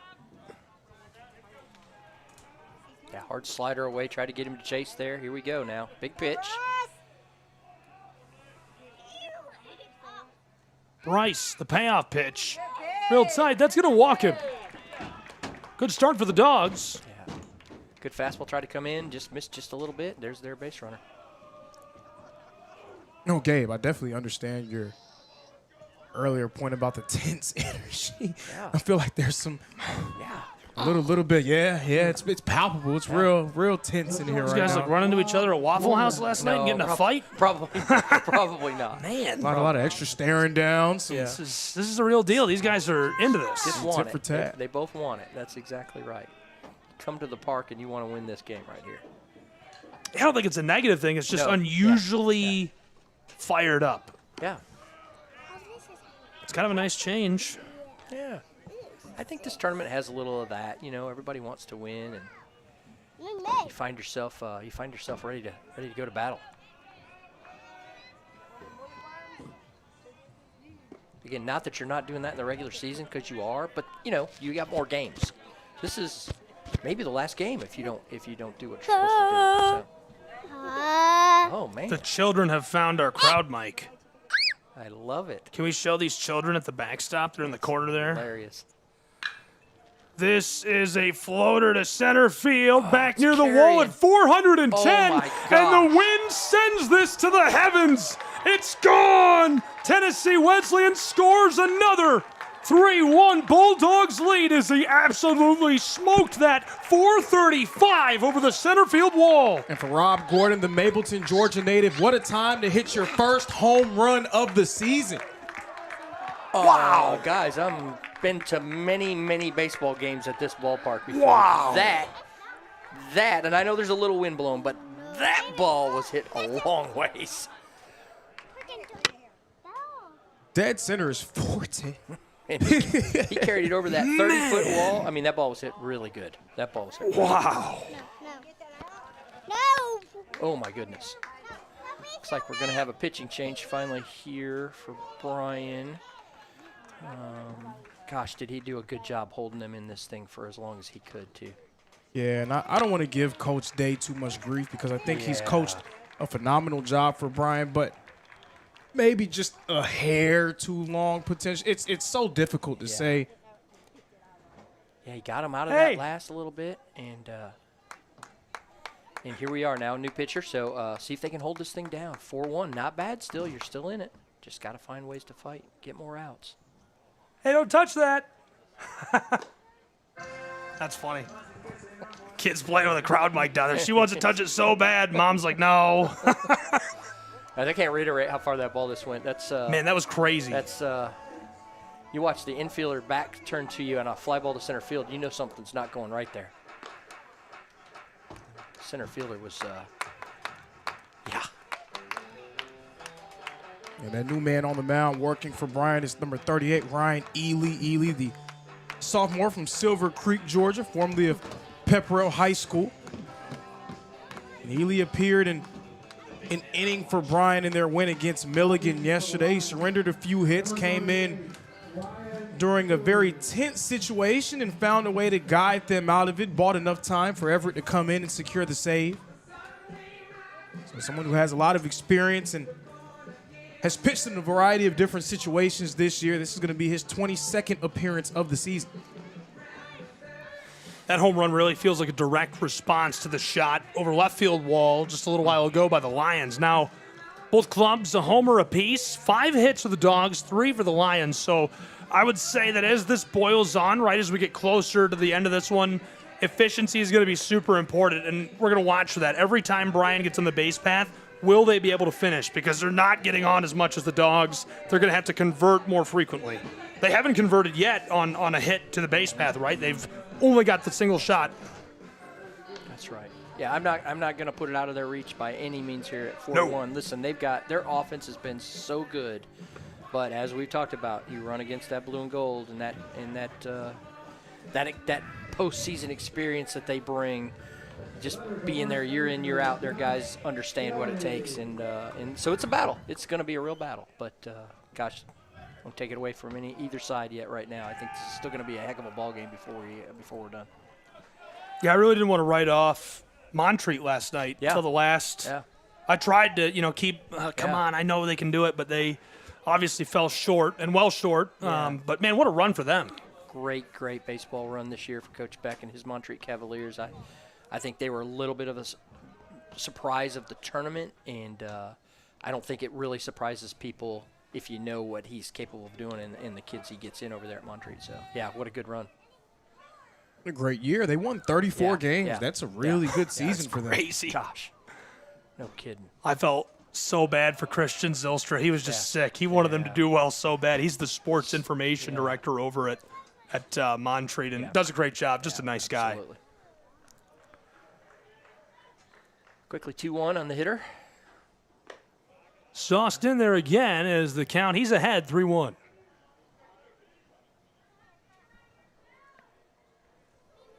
Man, the Dogs ERA 180. And all on the arm of one man. As we got a new pitcher on the mound for these Bryan Lions. You were telling me about him, Lorenzo. And the count is full. Payoff pitch, flown center. He's in danger. Second base, roving back, gone. One away on this side. Fantastic job coming in and settling right back down, getting it out. Exactly what you want out of your bullpen.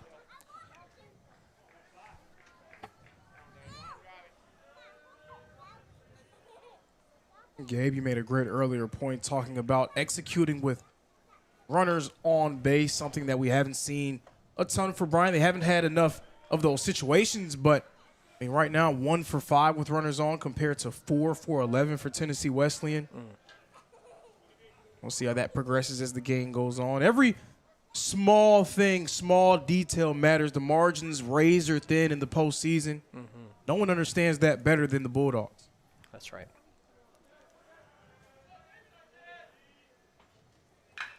Good shot across. Can he run it down? Back on the warning track. This one bounces over the top for the ground rule double. Love it. You might as well celebrate. You almost knocked that thing clean out of here, too. That's right. Now we're starting to see the bats wake up for Tennessee Wesleyan. It took them a little bit to get into that rhythm that we're so used to seeing from them. But, I mean, if you look at the numbers, they're very capable of making these type of things happen. A group that mean, scoring in the double digits is not foreign to them. That's something that they expect. Yeah, absolutely. So much depth in this lineup. It's just so hard to focus on where you can find an out. You just got a pop up from one of their better hitters, and then the next guy drops a double on you. So here we go. 6 hits to the 3 of the Lions. Same number of at-bats separated by just a pair of batters. 316 average to the 176 of Bryan to this point. Now, I wouldn't be too discouraged if you're a Lions fan. I think they're going to get a couple more good hits out of this. But that's the point I was making about converting on the base path as this is rolled. Lost at shortstop, and he's going to be in time. Now it's loose back toward the chain link. Here we go. Bulldogs moving down to third. He's going to stay put. 2 runners in scoring position with 1 away for Tennessee Wesleyan.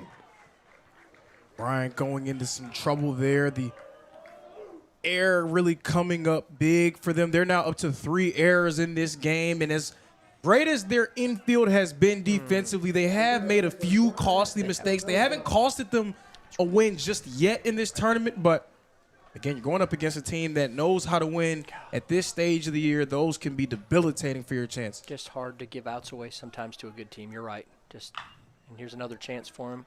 Shortstop again, and he's able to get a second out of the side, but more importantly, Tennessee Wesleyan is going to cushion that lead to 4 runs, tagging up and coming through well.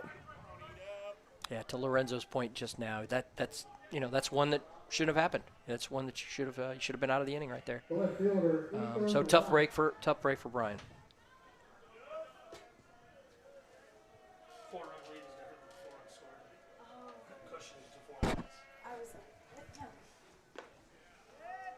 Tennessee Wesleyan leading 5-1, and so Lorenzo, seconds before crisis strikes, or Bryan says the bats are getting hot. They can't let them get off and running. I think that Tennessee Wesleyan can score a few more here, and Bryan hangs around and makes this a game. However, don't let them do that to you if you're the Lions. Yeah, you just really put yourself behind the 8 ball, and I mean, Tennessee Wesleyan, they've been so great all season long. And we saw them put up runs in a hurry. They had 9 runs really early against Montreat. They can just get into these rhythms offensively where it's just an avalanche. You don't know where you're going to be able to get that third out. That's right.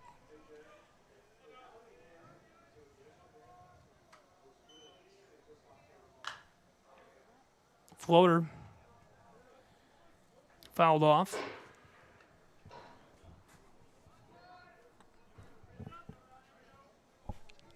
Bryan's already been on the wrong end of this.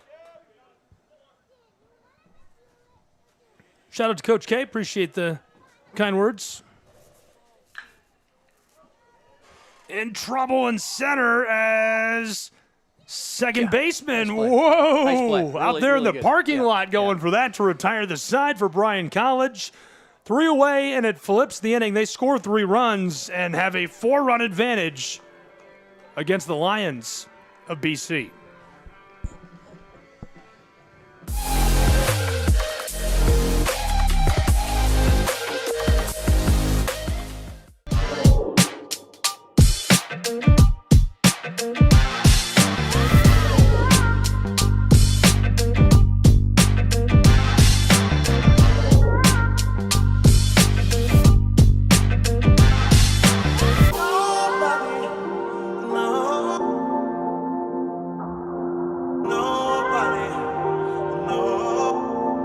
What if you could have it all? A place to call home, a great job, and a safe and welcoming community to raise your family. You can have all that and more in Kingsport, Tennessee. For the past quarter century, Kingsport has been on a mission to reinvent itself as the first professionally planned and privately financed city of the 20th century. Kingsport has earned the nickname the Model City. From award-winning educational initiatives to business incubators to the surrounding natural beauty, Kingsport is just the right size to have the amenities you need without the traffic and crime of a larger city. With a vibrant downtown, great shopping and dining, and a thriving local economy, Kingsport is the perfect place to call home. Ready to start loving where you live? choose Kingsport. Visit movetokingsport.com and discover all the reasons why this charming town is the perfect place to call home.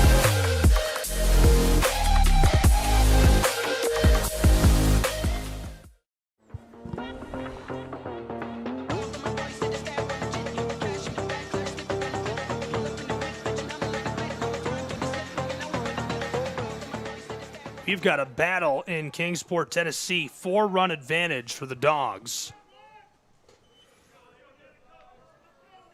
Lorenzo Brumley going to his 6th inning of work already. Wow.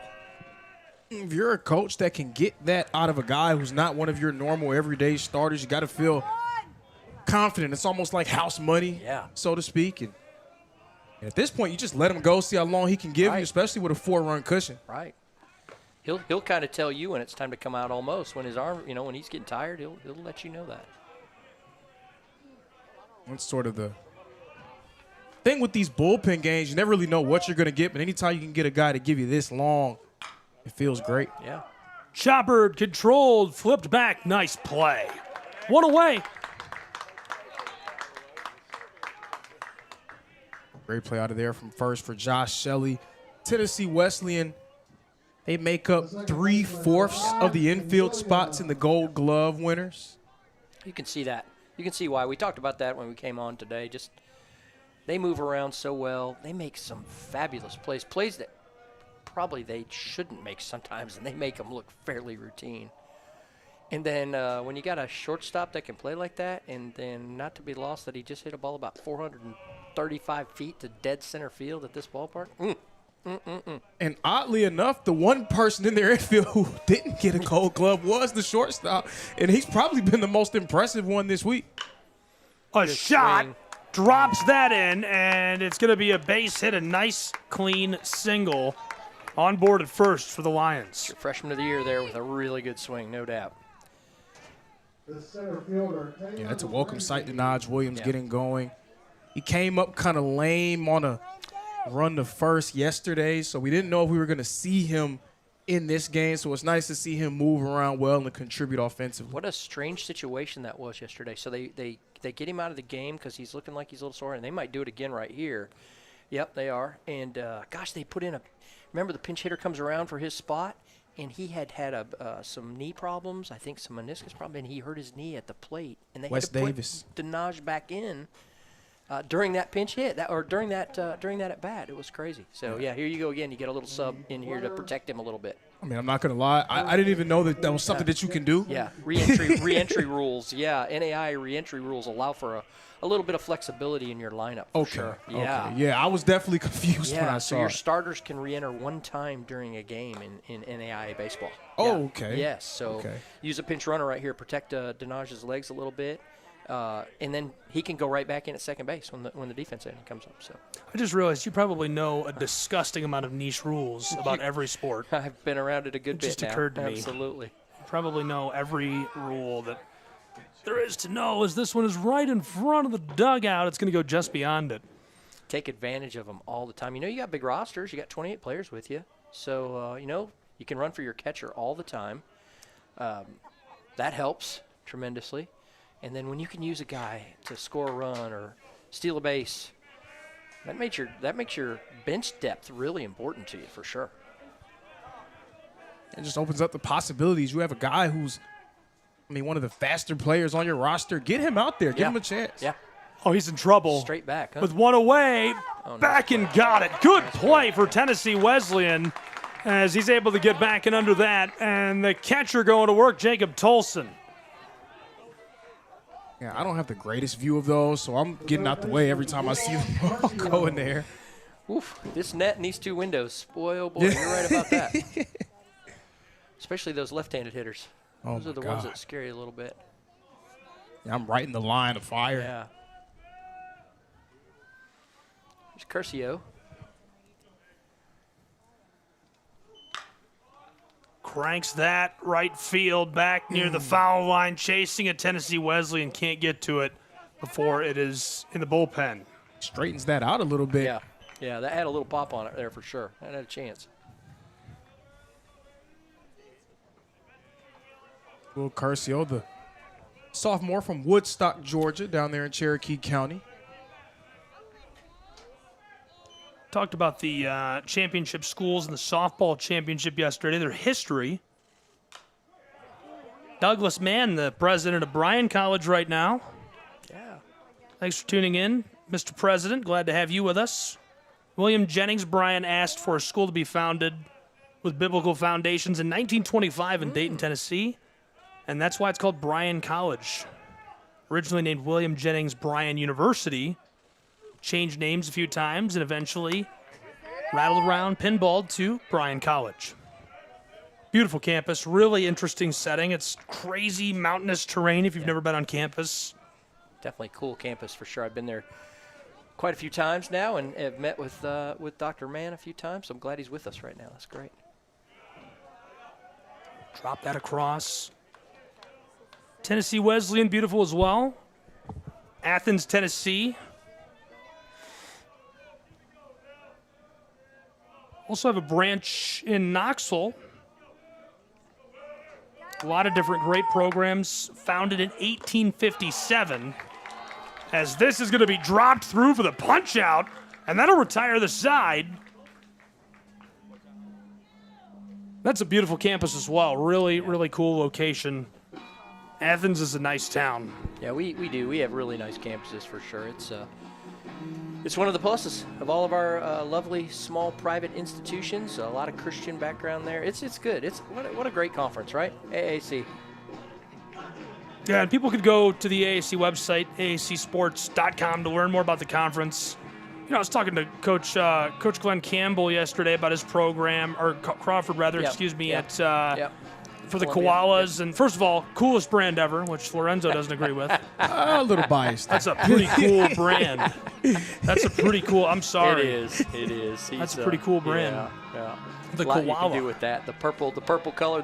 They have a lot of differences from everybody else. They can stand out for sure, no doubt. Glenn's been a long friend, and I'm glad he's in the league with us as an AD. You know, he's my softball coach at Reinhardt for years, and we have a lot of history together. Good guy for sure.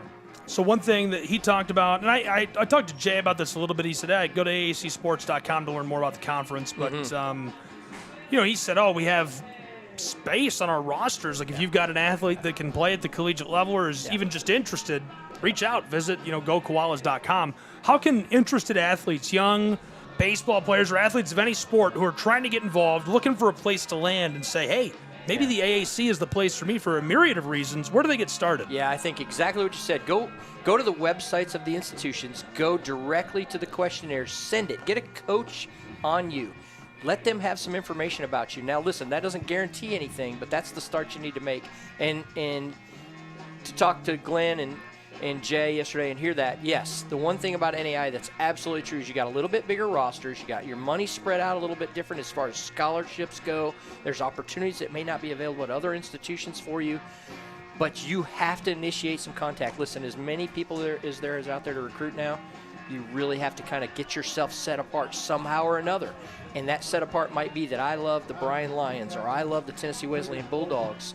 And you've got to make them know that because they're looking for you, I promise you. And everybody is driven by enrollment and that enrollment revenue right now. So every kid they get's huge for all of our institutions. Those opportunities are plentiful. I mean, for me coming out of high school and trying to figure things out, getting an opportunity, you're not necessarily the person that's on a radar, but then you get into the program, you stick around and sort of find your way, not just on the field, but off of it, being able to do things. That's what the experience should be about, and that's what the AAC provides. I agree with that completely. 2-0. Tennessee Wesleyan has been heating up at bat, starting to plate some runs. They've got 6 hits to the 4 of the Lions, who got a couple back, but 5 runs to their 1. And Bryan has now made 3 errors fielding the ball. That might be the difference right now in the game. The home run was huge for Wesleyan. But, yeah, that might be the difference right now. Hitting percentage has cooled off for Tennessee Wesleyan as he gets a hit on cue and on demand, but is cut down at first. retires him back to the dugout, hitting .261 before that. Bryan hitting .190 conversely. Yeah. 3 singles for Bryan, 4 doubles for Tennessee Wesleyan. 13 total bases for the Bulldogs. That's a .304 to the 143 with 7 bases of Bryan. Ely's done a good job. 3 ground balls in a row to shortstop right now, so he's doing his job. He's getting the ball down. See if that keeps up. Here's another quick one for him. Quicker the better. Get those Lions back on offense, right? 2 away, exactly right. Bryan is just, I still feel as though, first of all, they have drawn this out long enough. We're into the bottom of the 6th inning. They are 4 runs is nothing. They can plate 7 runs in an inning with a couple of good swings. They can, and I think a big thing that will happen here is Wesleyan is now into that spot where, they continue to cruise with their guy that's done such a great job on the hill so far, and I know they've got a couple of arms down there in the bullpen, so they're getting close to where they can manage this game now with what they've got pitching, no doubt. So it's going to be a tough battle.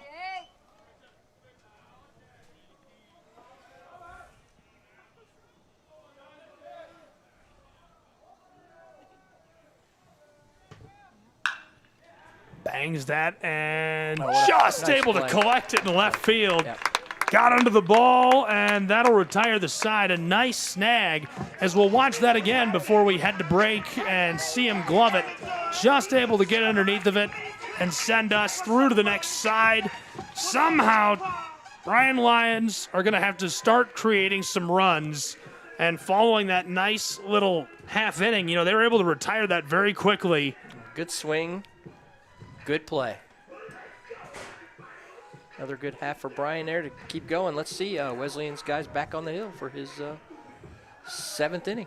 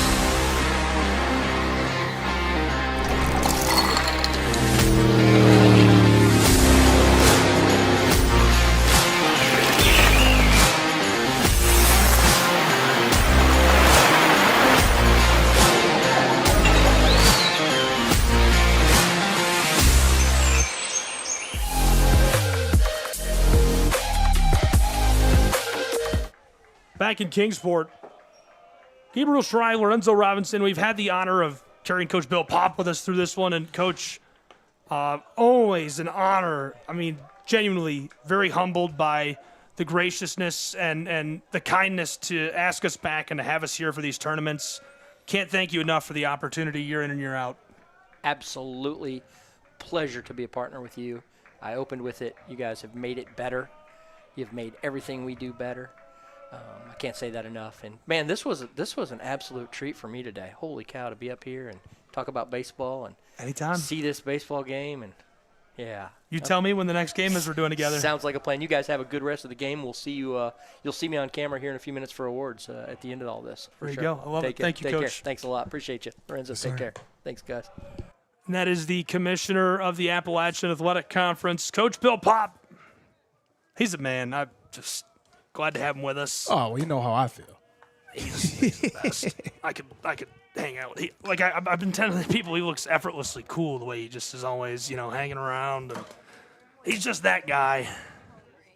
Knows ball, helps people out, makes life better for people, and man, he's given me opportunity myself. So very, very grateful to be a good friend to him, be able to call him a mentor, and just a great guy. Floater. Some danger for the Lions as it's going to pinball over the top of the fence. Top of the 7th. Still waiting on that Bryan Lion explosion offensively. We've seen it all throughout this tournament. But oddly enough, again, Bryan, they've been able to win games in a variety of different ways. They won it without having their best stuff offensively, but they were going against that Milligan group who they were also sort of cold. That's not what Tennessee Wesleyan has been throughout this game and throughout the tournament. So we'll see if Bryan can string something together.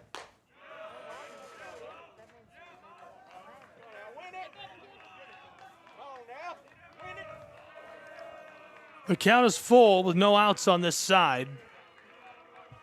Bryan College at bat at the top of the 7th, and as this is going to roll over the turf, he'll be walked down to first, and that's one of the first leadoff walks we've seen by Tennessee Wesleyan in this game.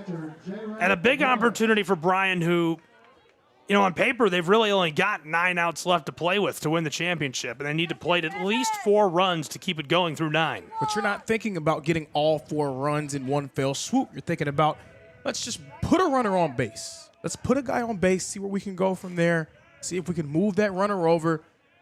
You play some small ball here, give yourself, you know, a little breathing room, especially with, for all intents and purposes, a pretty gutsy pitching performance you're getting out of your staff, doing a nice job of slowing down as well as you could this dominant Tennessee Wesleyan lineup. Lighty gave you 4, Ely's giving you 2 thus far.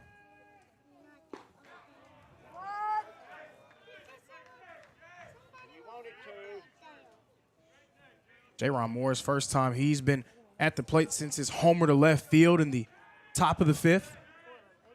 Man, that was a wild homer. He absolutely crushed that thing. 1-1 count is chopped foul by Morris, who's going to continue to take his cuts. Count rises to 1-2.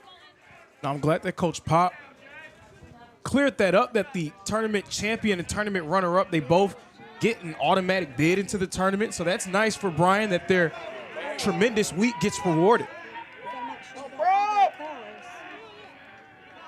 See what the Tullahoma High School alum J-Ron Morris can do here.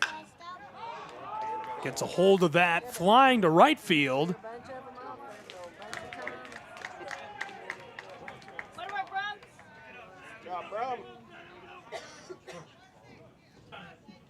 Big play in right field. The left fielder, the superstar Colton Reynolds out there.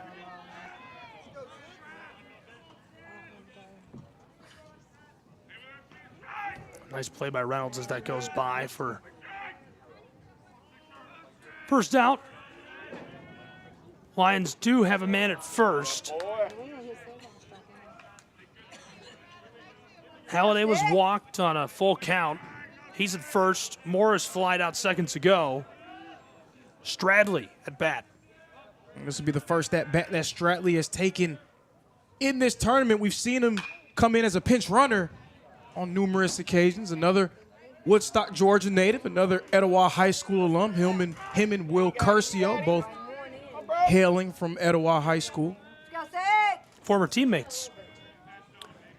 Count 0-2, 1 away. You know, Brody on deck, and his dad stopped me coming out of the press box 2 days ago. And what a nice guy. We just chatted about the tournament and the games so far and softball and talked about you and Mark and had very nice things to say about you two. So big shout out to Brody's dad and the whole family. He told me, I think it was grandma and grandpa, maybe uncle, watching out in Arizona. So really cool and thankful for the kind words. Cut down, 2 away. They do advance the runner to scoring position, so that is crucial, right? We've been talking about just plate 1, maybe 2 right here. Start chipping away at it, and then I think the thing is if you put Tennessee Wesleyan back against the wall, they're going to score. You got to score more than just evening it up, I feel. But I could be wrong. I just feel that way. You can't even think about that at this moment, though. When you haven't I'm not in the dugout. No, I'm saying. Right, I'm talking about if you're Bryan, if you haven't done anything really to I can think about it all I want. Plays if you haven't done anything offensively, you really just got to see if you can put 1 on the board. Can you put 1 run on the board? And then we'll go from, okay, can we put 2 on the board? But you haven't really had the efficient enough game. You haven't put enough guys on base to start thinking of scoring runs in bunches. You got to just put 1 up. 1-0 becomes 2-0 with 2 away for Brody and the Lions. Yeah, I like that. I thought that solo homer shot was going to kind of get him going. Yeah, that's more of a mental edge, but a solo homer isn't necessarily a momentum building thing. That's why I said if you're Colton Brumley, a solo home run is not the worst thing that you can give up. I mean, it's one run at the end of the day, and you know you're going to have some run support because of how great your offense has been behind you. So when you give up that solo shot, just try to lock back in and allow yourself to stay in it mentally. Colton Brumley's done a nice job of doing that. He's almost gone 7 complete innings. Down into the batting cages. Straighten it out, eh?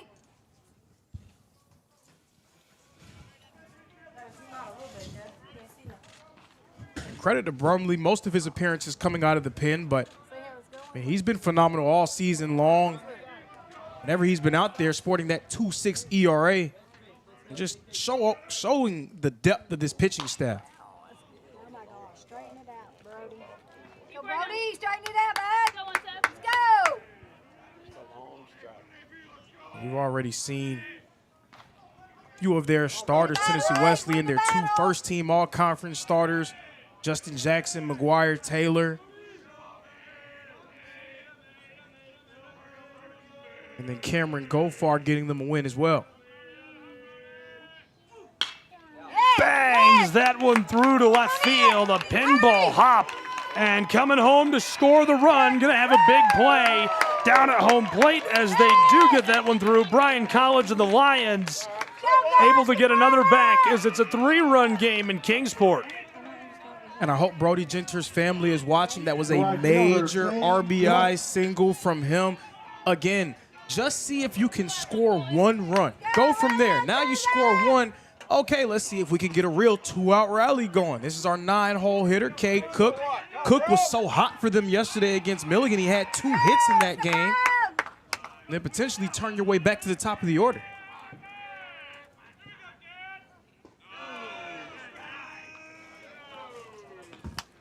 Two away. Go 5. Some light action out the bullpen for Tennessee Wesleyan. Coach Billy Berry getting ready to have a conversation with his pitcher. The entire infield will join.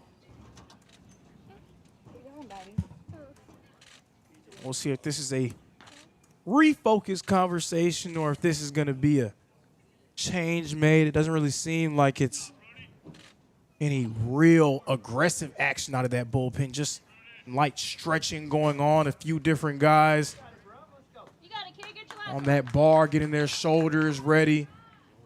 Colton Brumley's giving you everything you could have asked for and more. Now 6 2/3 of an inning. He surrendered 2 runs, but only 2 runs and 5 hits against arguably the hottest offense here in Kingsport. If he can get you out of this inning and get this third out with just 1 run on the board from the 7th, 2 overall, I say job well done. You only got to find a way to get 6 more outs.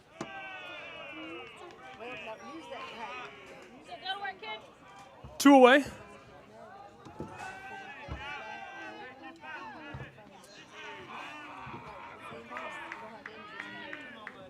Again, Cade Cook was so vital yesterday. Floater deep center, and he's going to retire the side as that's the 3rd out of this side of the inning and sends us to break between the Lions and the Bulldogs. More college baseball and the AAC title game next on the Southeast Sports Network.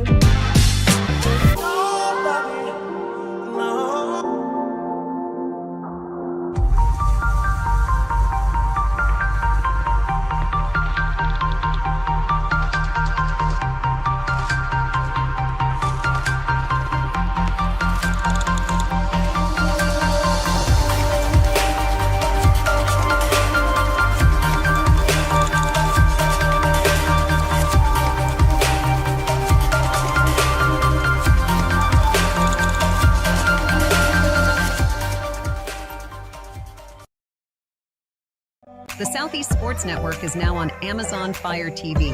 Now you can download the SESN app and watch on any Amazon-enabled device, such as your Fire Stick. The easiest way to download the app is to go to our website, find the Watch SESN tab, and click Fire TV app. Then just select your device from the list. That's it. Free and easy. Enjoy watching the Southeast Sports Network on your Fire TV, Fire Stick, or Fire tablet with just a few clicks. Your favorite teams, your favorite live streams, your favorite highlights. Be sure to engage with us. Find us now on YouTube at NSBN Sports or visit us at nsbnsports.com.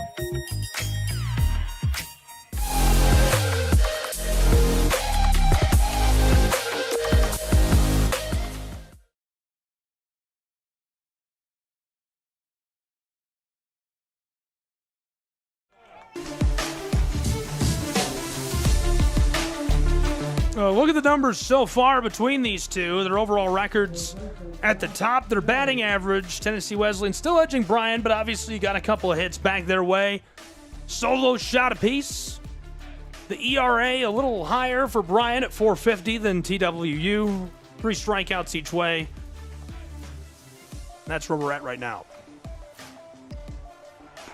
Welcoming you back inside of Hunter Wright Stadium after the change. And he's safe in scoring position at second. And the most aggressive base running team in the conference. Rob Gordon, his 25th of the year, extending his team lead. Gabriel Schrei, Lorenzo Robinson, and now being joined in the box by Mr. Bradley Hoover, the director of sports for Visit Kingsport, as this is going to sail out foul on the right side. Brad, thanks for being with us, man. How are you? Oh, I'm doing great, Gabriel. Thanks for having me on board. Hey, we're excited about it. Excited about everything you do here with Visit Kingsport and in Kingsport with sports. Obviously super involved with this AAC partnership, and it's been going on for a long time, and it's really, really cool just to see all the teams come to Kingsport, enjoy the facilities. It's got to be rewarding to see some of these tournaments being won by these teams and getting to know them over the years. It is, no doubt. Visit Kingsport actually hosts 8 of the conference championships now. We like to joke around and say that Appalachian Athletic Conference needs to go ahead and just kind of set up home base here in Kingsport since they're here so often. Bulldogs man is rounding down for home plate, and that is some insurance as it is 6-2. He's able to come home for another for Tennessee Wesleyan. Bryan College is going to have to find a way to respond. They could move their office here. Yeah, it's not a bad idea. That'd be great. I mean, like I said, 8 of the conference championships right now. Always kind of exploring options, looking to see what else that we can do with the conference. Kind of like you mentioned, you know, we do have an awesome relationship with the conference, and that goes beyond just hosting the sports here. I mean, we know each other first name basis. The guys are my kids were here last night. They're calling them by their first names. It's just it's kind of turned into a small little family here that we have between the conference and Visit Kingsport. That's cool. How's Dr. Christensen doing? You asking about me? No, Taryn. Oh, Taryn Christensen. Yeah. She's doing great. She's actually joining us again on Monday, coming off maternity leave. Yeah, so she's going to be back in the building with us. She'll be back for the opening round that we learned that we're going to host here as well. Congratulations. I know you've just had another little one, and I did. I keep trying to go for the high five. It's not ready. She's not ready yet. She'll get there. She's learned it. Just turned 9 months. So, with I don't know if you saw our son out running around on the field during the break last night. He's having a big old time.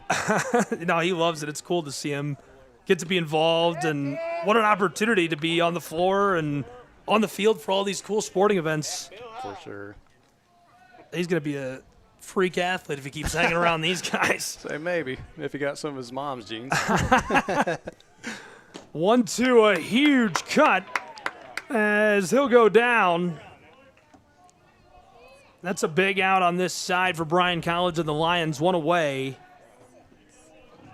I got to tell you, Gabe, I'm kind of having a little bit of deja vu right now seeing Bryan and Tennessee Wesleyan out there. These are some of the powerhouse teams when I first started with Visit Kingsport about 10 years ago. You know, obviously Billy Berry's created a powerhouse at Tennessee Wesleyan. Oh, he loses it over it short and still able to get it in time. Reynolds will go back to the dugout, 2 down, but prime scoring position over at third. The second baseman, Bryan Espinoza.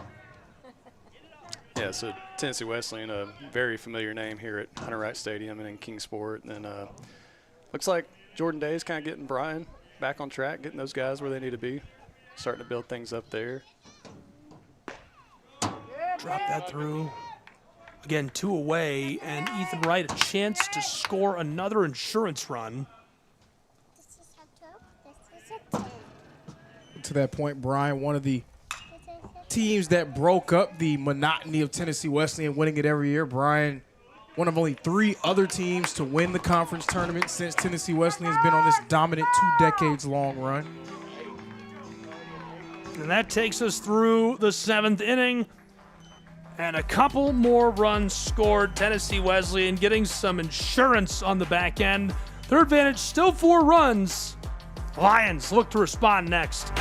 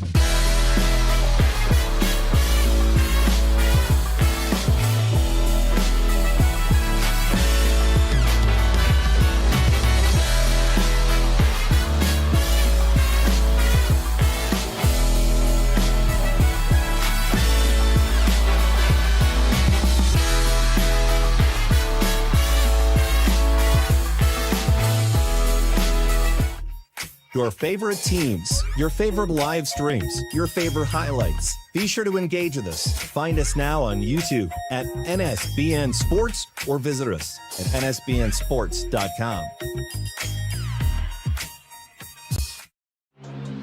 All of the ways to watch your favorite local and regional sports. Join us now on Twitch TV. You can also find NSBN on Amazon Fire TV or visit us live on YouTube as we stream games there as well. Another fan favorite way to watch is nsbnsports.com. You can also find us through our NSBN app, free to download from the Google Play Store, and Roku TV, where you can find all of our content. NSBN Sports, visit us at nsbnsports.com.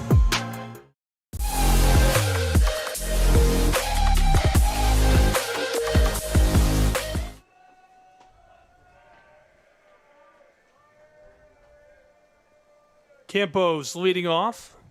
Top of the 8th inning.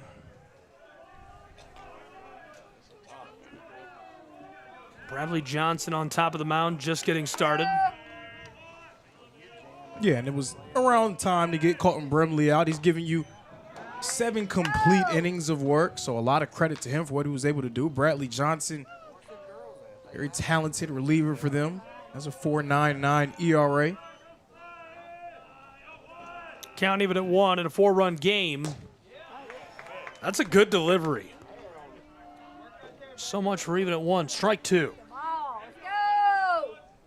Johnson feels like he's got some heat on that arm, ready to go, coming in warmed up.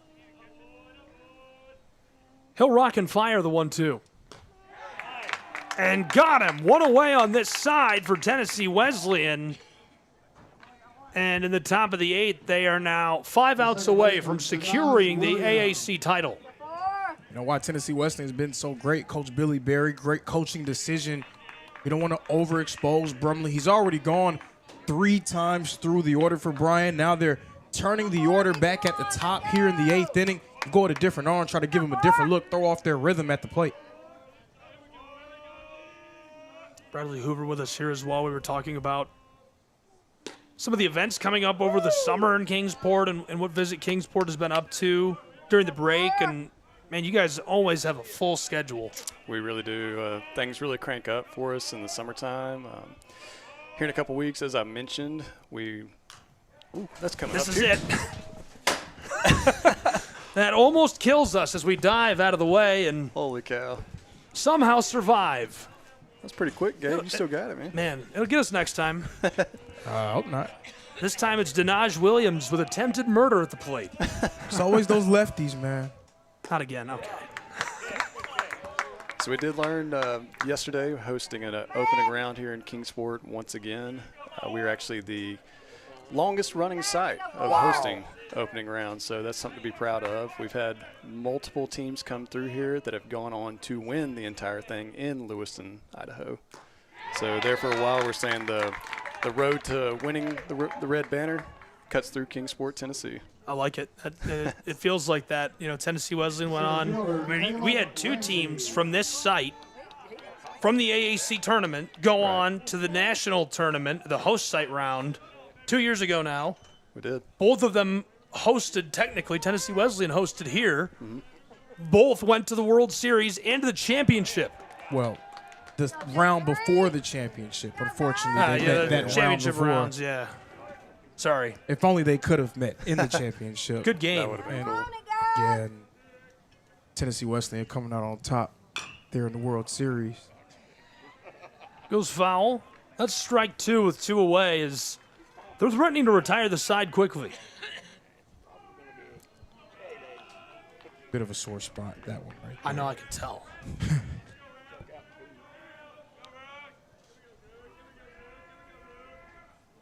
Man, the golf course was like a nightmare to get around today. Everybody out golfing because it's such a beautiful day. It is, especially coming out of some of the weather that we had earlier this week. I know you were over at the softball field with me. You saw a lot of that rain we had coming through.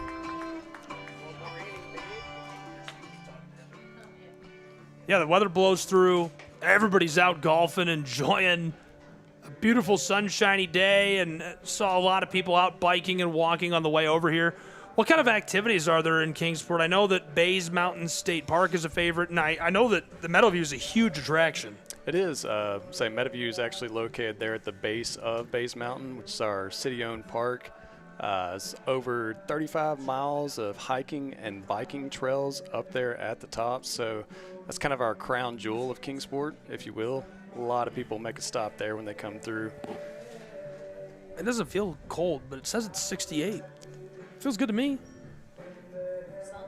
Yeah, beautiful sunshiny day. The clouds are blowing through right now, but until the last couple of minutes, it's been nothing but sunshiny rays. How can people learn more about visiting Kingsport? And if you were going to come here, what would be your choice? Like, what would you do with your family? Probably the ideal day for me, definitely heading up to Bays Mountain or heading out to Warriors Path State Park. We have a ton of different places to play golf around here, and then our green belt cuts through the middle of Kingsport. You have the beautiful Holston River right there along the way. Multitude of different restaurants to stop at and drop in. I know that you probably have some local favorites when you come here, Gabe, different spots you like to hit up. So anything that you can do kind of out and about and seeing and doing, especially taking advantage of a beautiful day like this where the weather's great. I mean, all the fans coming in today were telling me what a day for a baseball game. No, I agree. It's almost picture-perfect weather at Hunter Wright Stadium. I think I'm going to try to get back up here for some MILB action with the Axemen this year. Oh, you should. They've had a couple of good seasons here lately. I was harassing your GM. I'm like, listen, you got to have some dates I can come up here and fill in for. You got to get me in for like 2 or 3. And he said, all right, we'll find something. He was telling me some of the cool nights they have planned up here. They have definitely the Star Wars night. That's a big hit for the kids. I know that they're planning on doing a Christmas in July. I didn't see that. He was showing me some of the stuff they're doing, though, and that's cool. Yeah, he didn't tell me about Star Wars either. Oh, yeah, Star Wars night, Christmas in July. Christmas in July. I know they're going to have a special guest heading here from the North Pole to throw out the first pitch. Ooh. Yeah. I don't want to give away too much, though. Wonder who that could be. I don't know. He might be wearing some red. I reckon. Be cool if they got him some red pinstripes for that night. Jolly old fellow. That's it. Lorenzo knows. Hope you're being good this year. He's watching. He's coming early. Not here to break any news. Behind in the count 0-2. It's Tennessee Wesleyan's last opportunity to give themselves some insurance and extend their advantage before Bryan's going to have their last 3 outs to work with. Chopper to short, controlled, sent, and this is going to be real close in time. Back to the dugout as he's cut down over at first. Ethan Wright grounds out. Our last score in the 7th inning, Josh Shelley singled to right field, and that scored Rob Gordon and added another one to the total of the Tennessee Wesleyan Bulldogs, who were leading by 4 on this side of our 8th inning. Man, this thing still feels really close. It does. I don't think it's quite over just yet. Luckily for Bryan, getting themselves out of sort of that heat zone, so to speak, those batters 2 through 7, they've provided all of the offensive production from the plate for Tennessee Wesleyan in this game. Their top guy and then 8 and 9 hole hitter. 0 hits between those 3. So J.D. McCurry may have a little bit of a better shot to get himself out of the inning.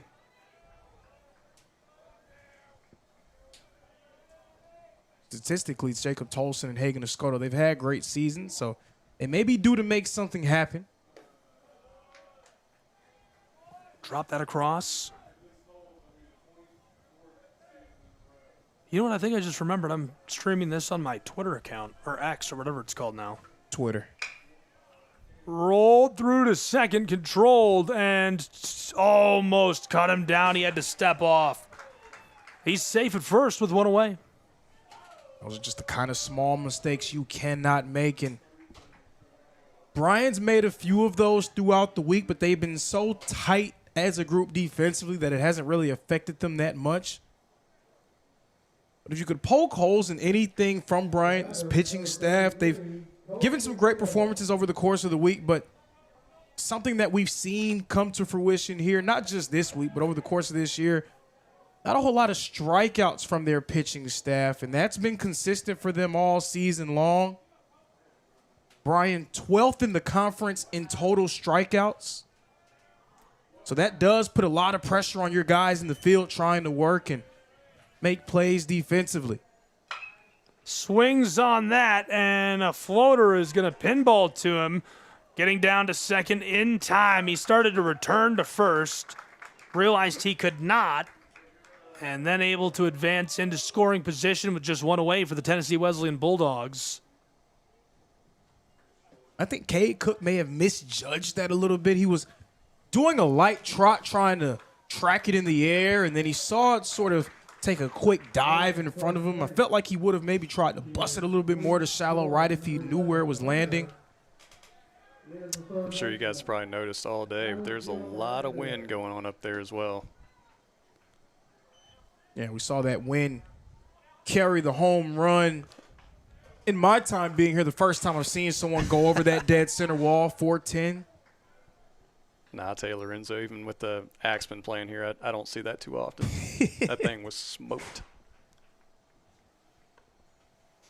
Right now, calm, but it has been more than just breezy. It's been gusty and windy, as you can see Old Glory getting tussled in the wind.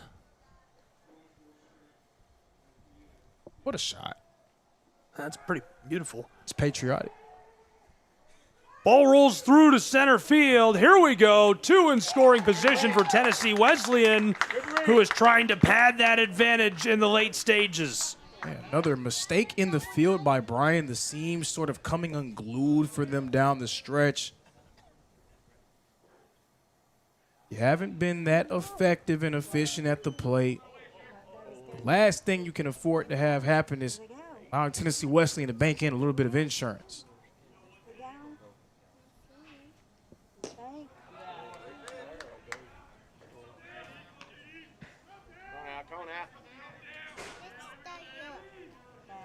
Alan Hill Fernandez at the plate. The player of the year, he's been pretty quiet thus far. Drop that through the 1-1. One away, two in scoring position. That's ball two.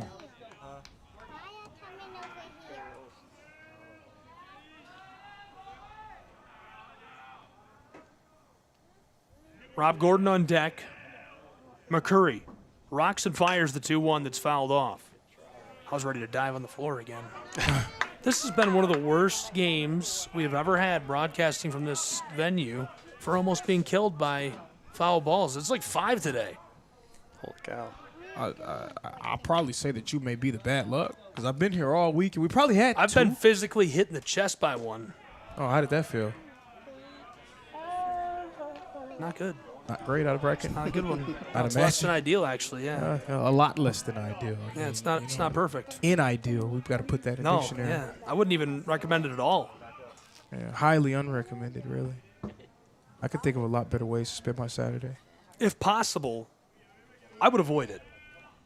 Drop that through, and fans not happy. Wow. Wow is right. Wow is right. I'm going to keep it cute. I'll keep it cute.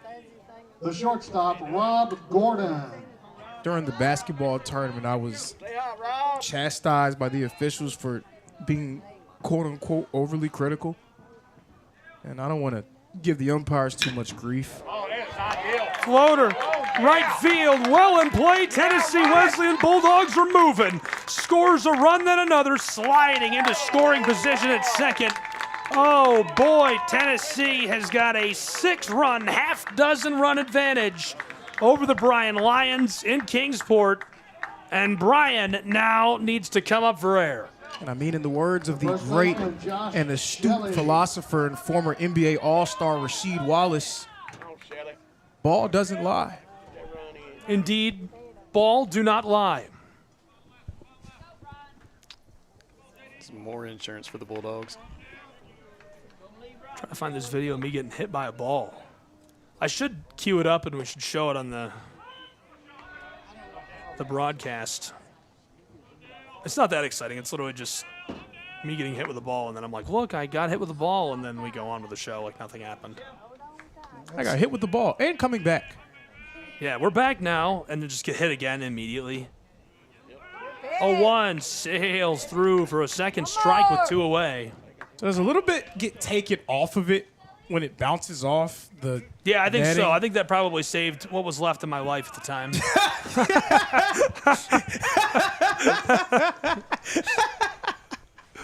Now, you can't really see. I mean, you could kind of tell it. See, it goes right there, and then I'm right here, and it just goes through the window. And I had one of those monitors that we're using today in front of me, and it went right through the top of that and broke it and hit me in the chest. It was fine. It was fine. All right. I did keep it. So, I owe the conference like 98 cents. It's in my house. I wouldn't give it back to him. Shortstop and gone. Bang to retire the side. Bryan College needs to explode as we are flipping sides, and it's their final chance to claim an Appalachian Athletic Conference championship in Kingsport.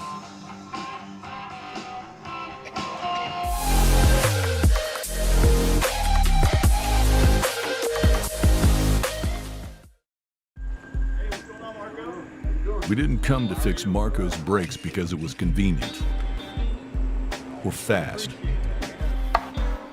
We did it because Marco has bigger fish to fry and a lot of hungry people to feed. Kraus Family Ford. Passion drives purpose.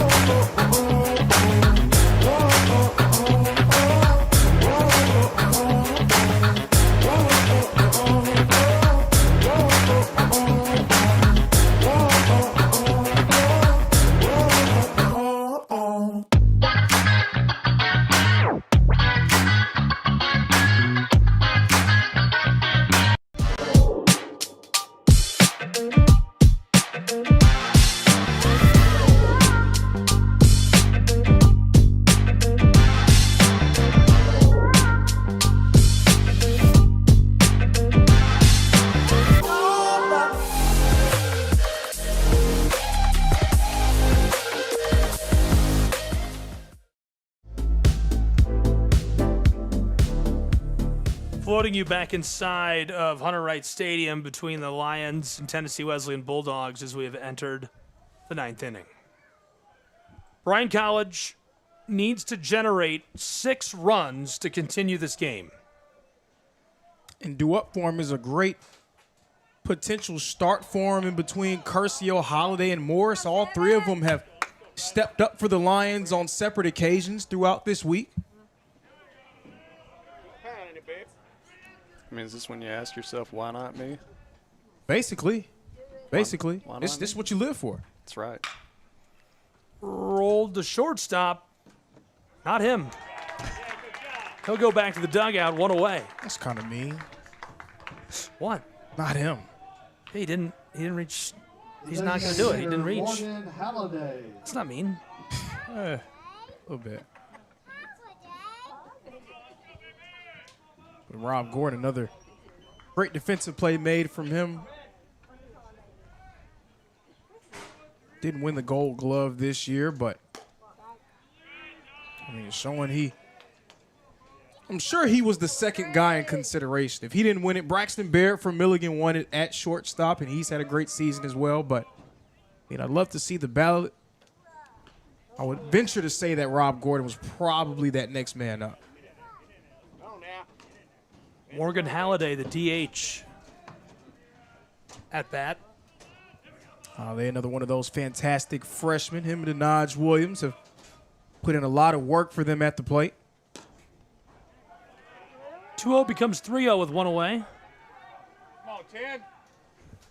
And Bryan, they're going to have a few guys in their lineup that are very capable, helping them for a long time if they stick around.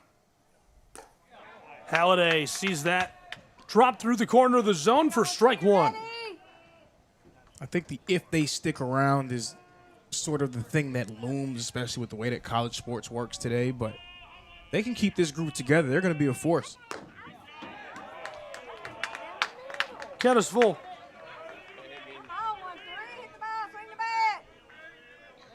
Time is running out for the Lions.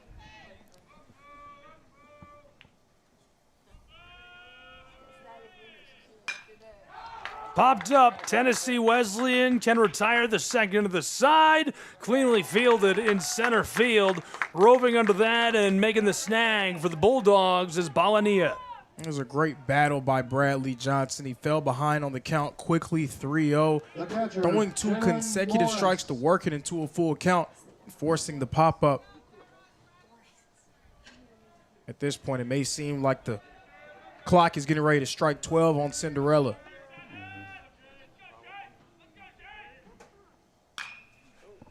Almost gloves that and rolling down the line.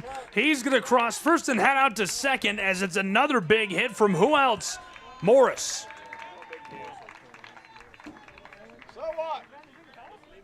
Morris, his second hit of the ball game.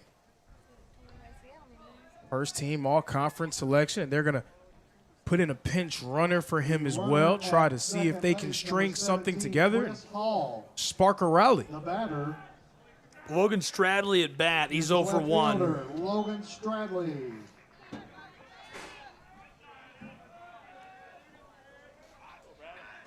This would be a nice time for Stradley, the junior, to get going. He's at 250 so far this year. Popped up foul. Whew. It's close to the pole there. Loud out. Loud. Well, not out, but a loud foul ball. You straighten that out. Yeah. Look out. There were definitely some eyes on that.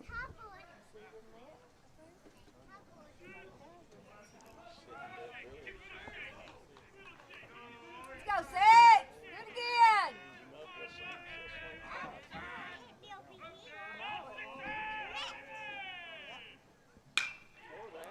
Bangs that off. Going foul back near the wall. It is all the way over the top and can't be tracked down.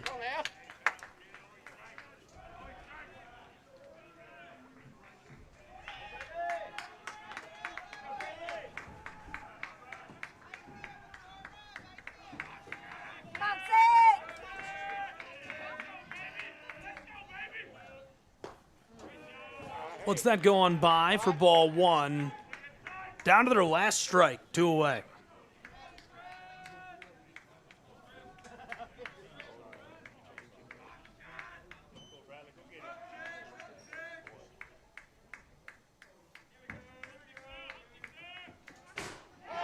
And that does it. Tennessee Wesleyan is going to see him walked across and cut down at first to retire the side and win the ball game. Tennessee Wesleyan's Bulldogs claim the 2026 Appalachian Athletic Conference Baseball Championship. The Bulldogs have won the title. Just consistent domination. That is what Tennessee Wesleyan has provided in the Appalachian Athletic Conference over the course of their program's history. This is their 17th tournament title. Gabriel, Lorenzo, man, I appreciate you guys letting me ride up here in the command center with y'all. It's pretty cool seeing it from this side of the ball game. Always a pleasure to listen to you guys, whether it's on stream, live stream, coming up here, just kind of hanging out in person. But I got to go get some hardware ready for these guys, so I'll sign off. Enjoy it. We'll be watching. Thanks, man. Appreciate you guys. Appreciate you. Director of Sports for Visit Kingport, Bradley Hoover, joining us for the broadcast, following up the man himself, the commissioner of the AAC, Coach Bill Pop. The Tennessee Wesleyan Bulldogs are champions. We'll break and return with the presentation of the hardware and some closing thoughts in just a moment from Kingsport.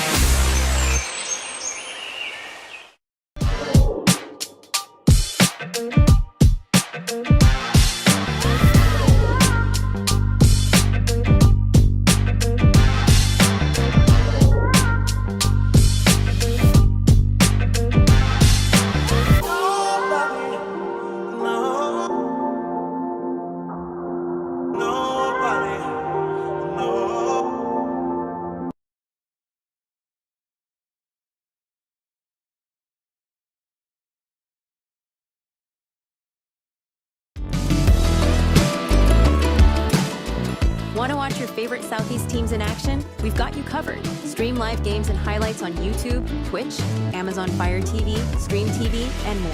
For all the details, visit our How to Watch page at sesnsports.com. It's your one-stop guide to catching every play, every time, wherever you are. The Southeast Sports Network, bringing the game to you anytime, anywhere.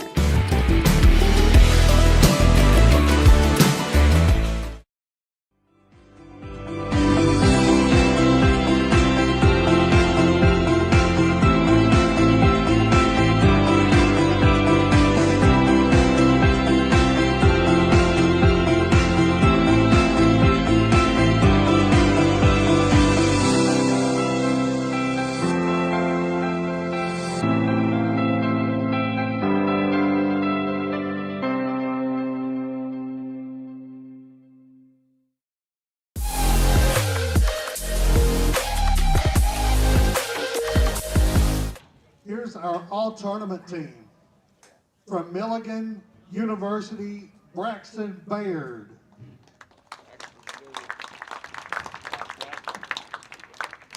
From Reinhardt, Ty Panghorn.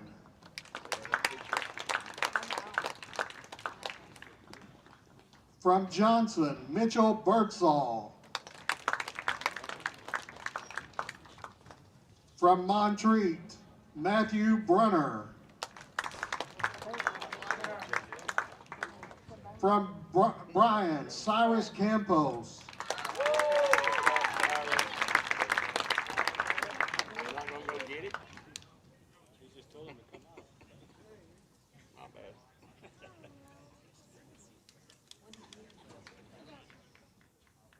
From Bryan, Brody Genter.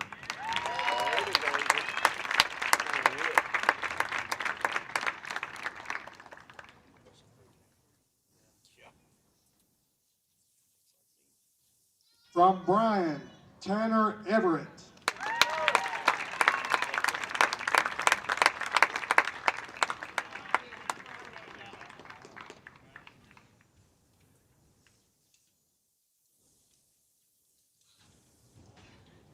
From Tennessee Wesleyan, Josh Shelley. Great name.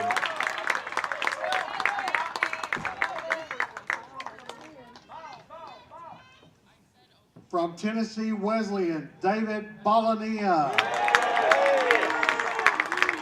Also, fantastic name. That's a fun one.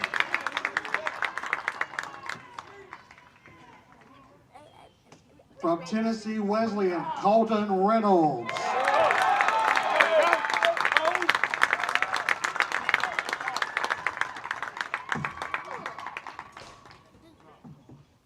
From Tennessee Wesleyan, Justin Jackson.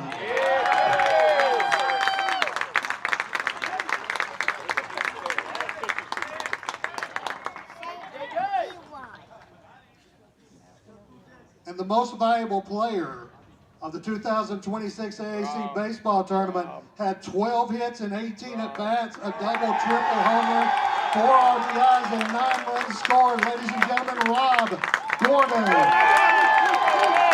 Well deserved. Well deserved. Congratulations to Rob Gordon.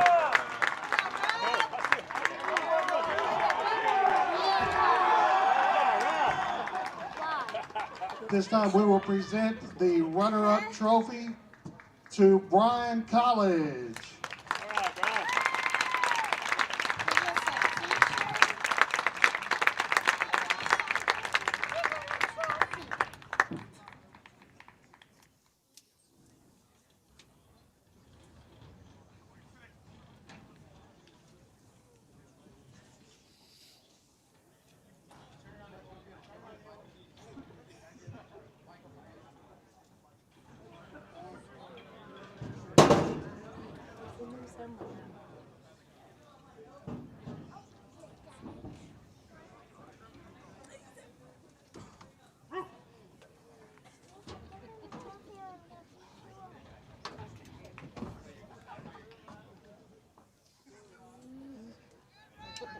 Congratulations, guys.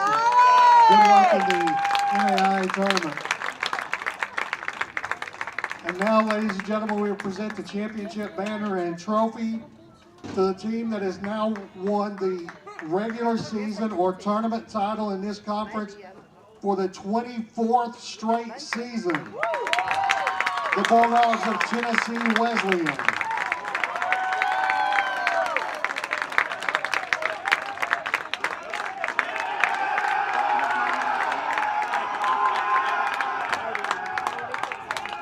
Congratulations to the Tennessee Wesleyan Bulldogs. They're going to get a final photo finish together. Great moment.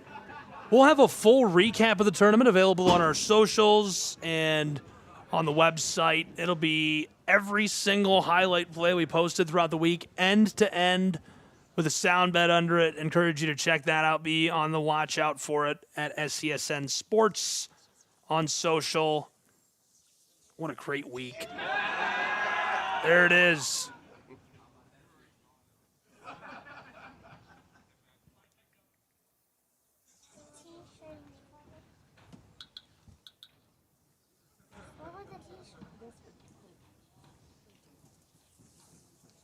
Congratulations to the Bulldogs of Tennessee Wesleyan who take the green banner.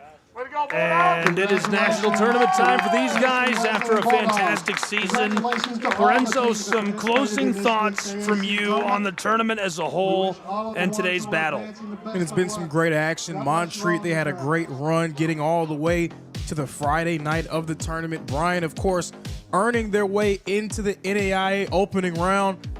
But Tennessee Wesleyan, I believe it's the 22nd year in a row that they've won either the conference regular season or tournament title. The dominance for the blue and gold continues. And that is your final score, 8-2. TWU hauls it in. They're going to throw on the green shirts and probably get another photo. And they've got to drive home tonight to Athens, Tennessee. Bryan College and the Lions headed back to Dayton. Congratulations to Bryan on a great season as well. That program really on the upswing and red hot right now. They'll be playing next week as well. We'll see what they can do. Yep. Best of luck to them. Looking forward to seeing these two programs in the national tournament. Looking forward to having you with us again soon. Lorenzo, one brief final comment from you just on the tournament overall. What it was like being here in Kingsport, and any thoughts entering that tournament and the off season as a whole? Well, you got to see what these teams are going to be able to do moving into the NAIA opening round. You got Tennessee Wesleyan, who may host here in Kingsport as the highest 2. Johnson could potentially get it as a 1 seed. We'll see how the bracket shakes out. We'll also get a chance to see what Milligan can do. They're going to enter the tournament as a high seed, and then Bryan trying to upset someone's season as they've done to a few teams here in Kingsport. So that's the next phase of the season. Not completely done yet. We're going to see how the AAC does on the national stage coming up in a few weeks. Lorenzo, thank you so much for all your hard work during the tournament. Big thanks and shout out to our entire crew: Frank Osborne, Brendan Sweeney, Jeff Hubbard, Stephanie Seda Haas, and thank you to the Appalachian Athletic Conference, Jay Stansel, Bill Pop, Visit Kingsport, for all of your trust, your help making this easier for us, better for us. Rick Bentley for statting baseball, Christian Zylstra for statting over at softball.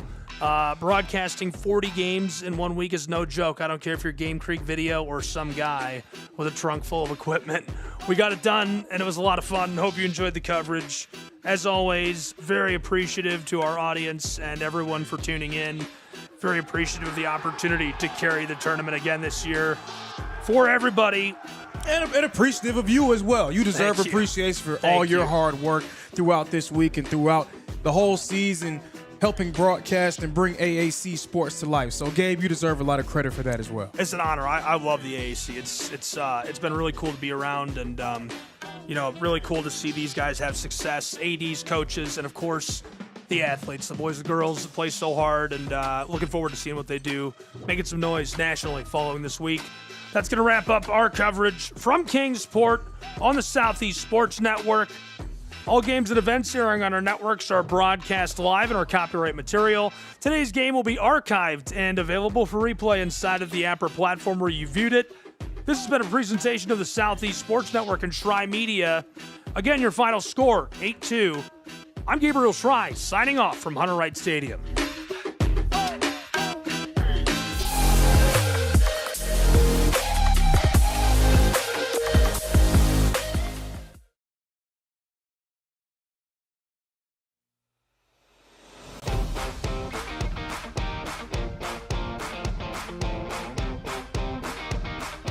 The Bays Mountain Park Adventure Course. Gear up and climb the Hawk's Nest. Work together as a team to complete 4 high ropes challenges, all while suspended 40 feet in the air. Finish with a zip through the canopies on our 310-foot zip line. Our ground course features 9 exciting challenges and is perfect for large and small groups. The Bays Mountain Park Adventure Course. Thrilling fun for group events, parties, and field trips.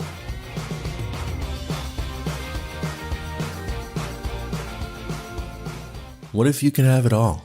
A place to call home, a great job, and a safe and welcoming community to raise your family. You can have all that and more in Kingsport, Tennessee.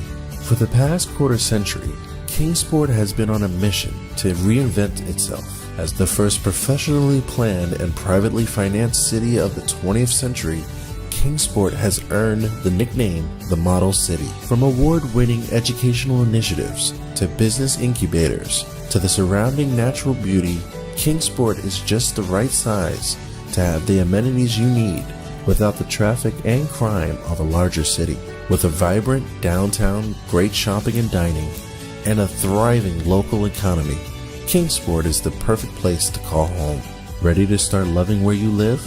Choose Kingsport. Visit movetokingsport.com and discover all the reasons why this charming town is the perfect place to call home.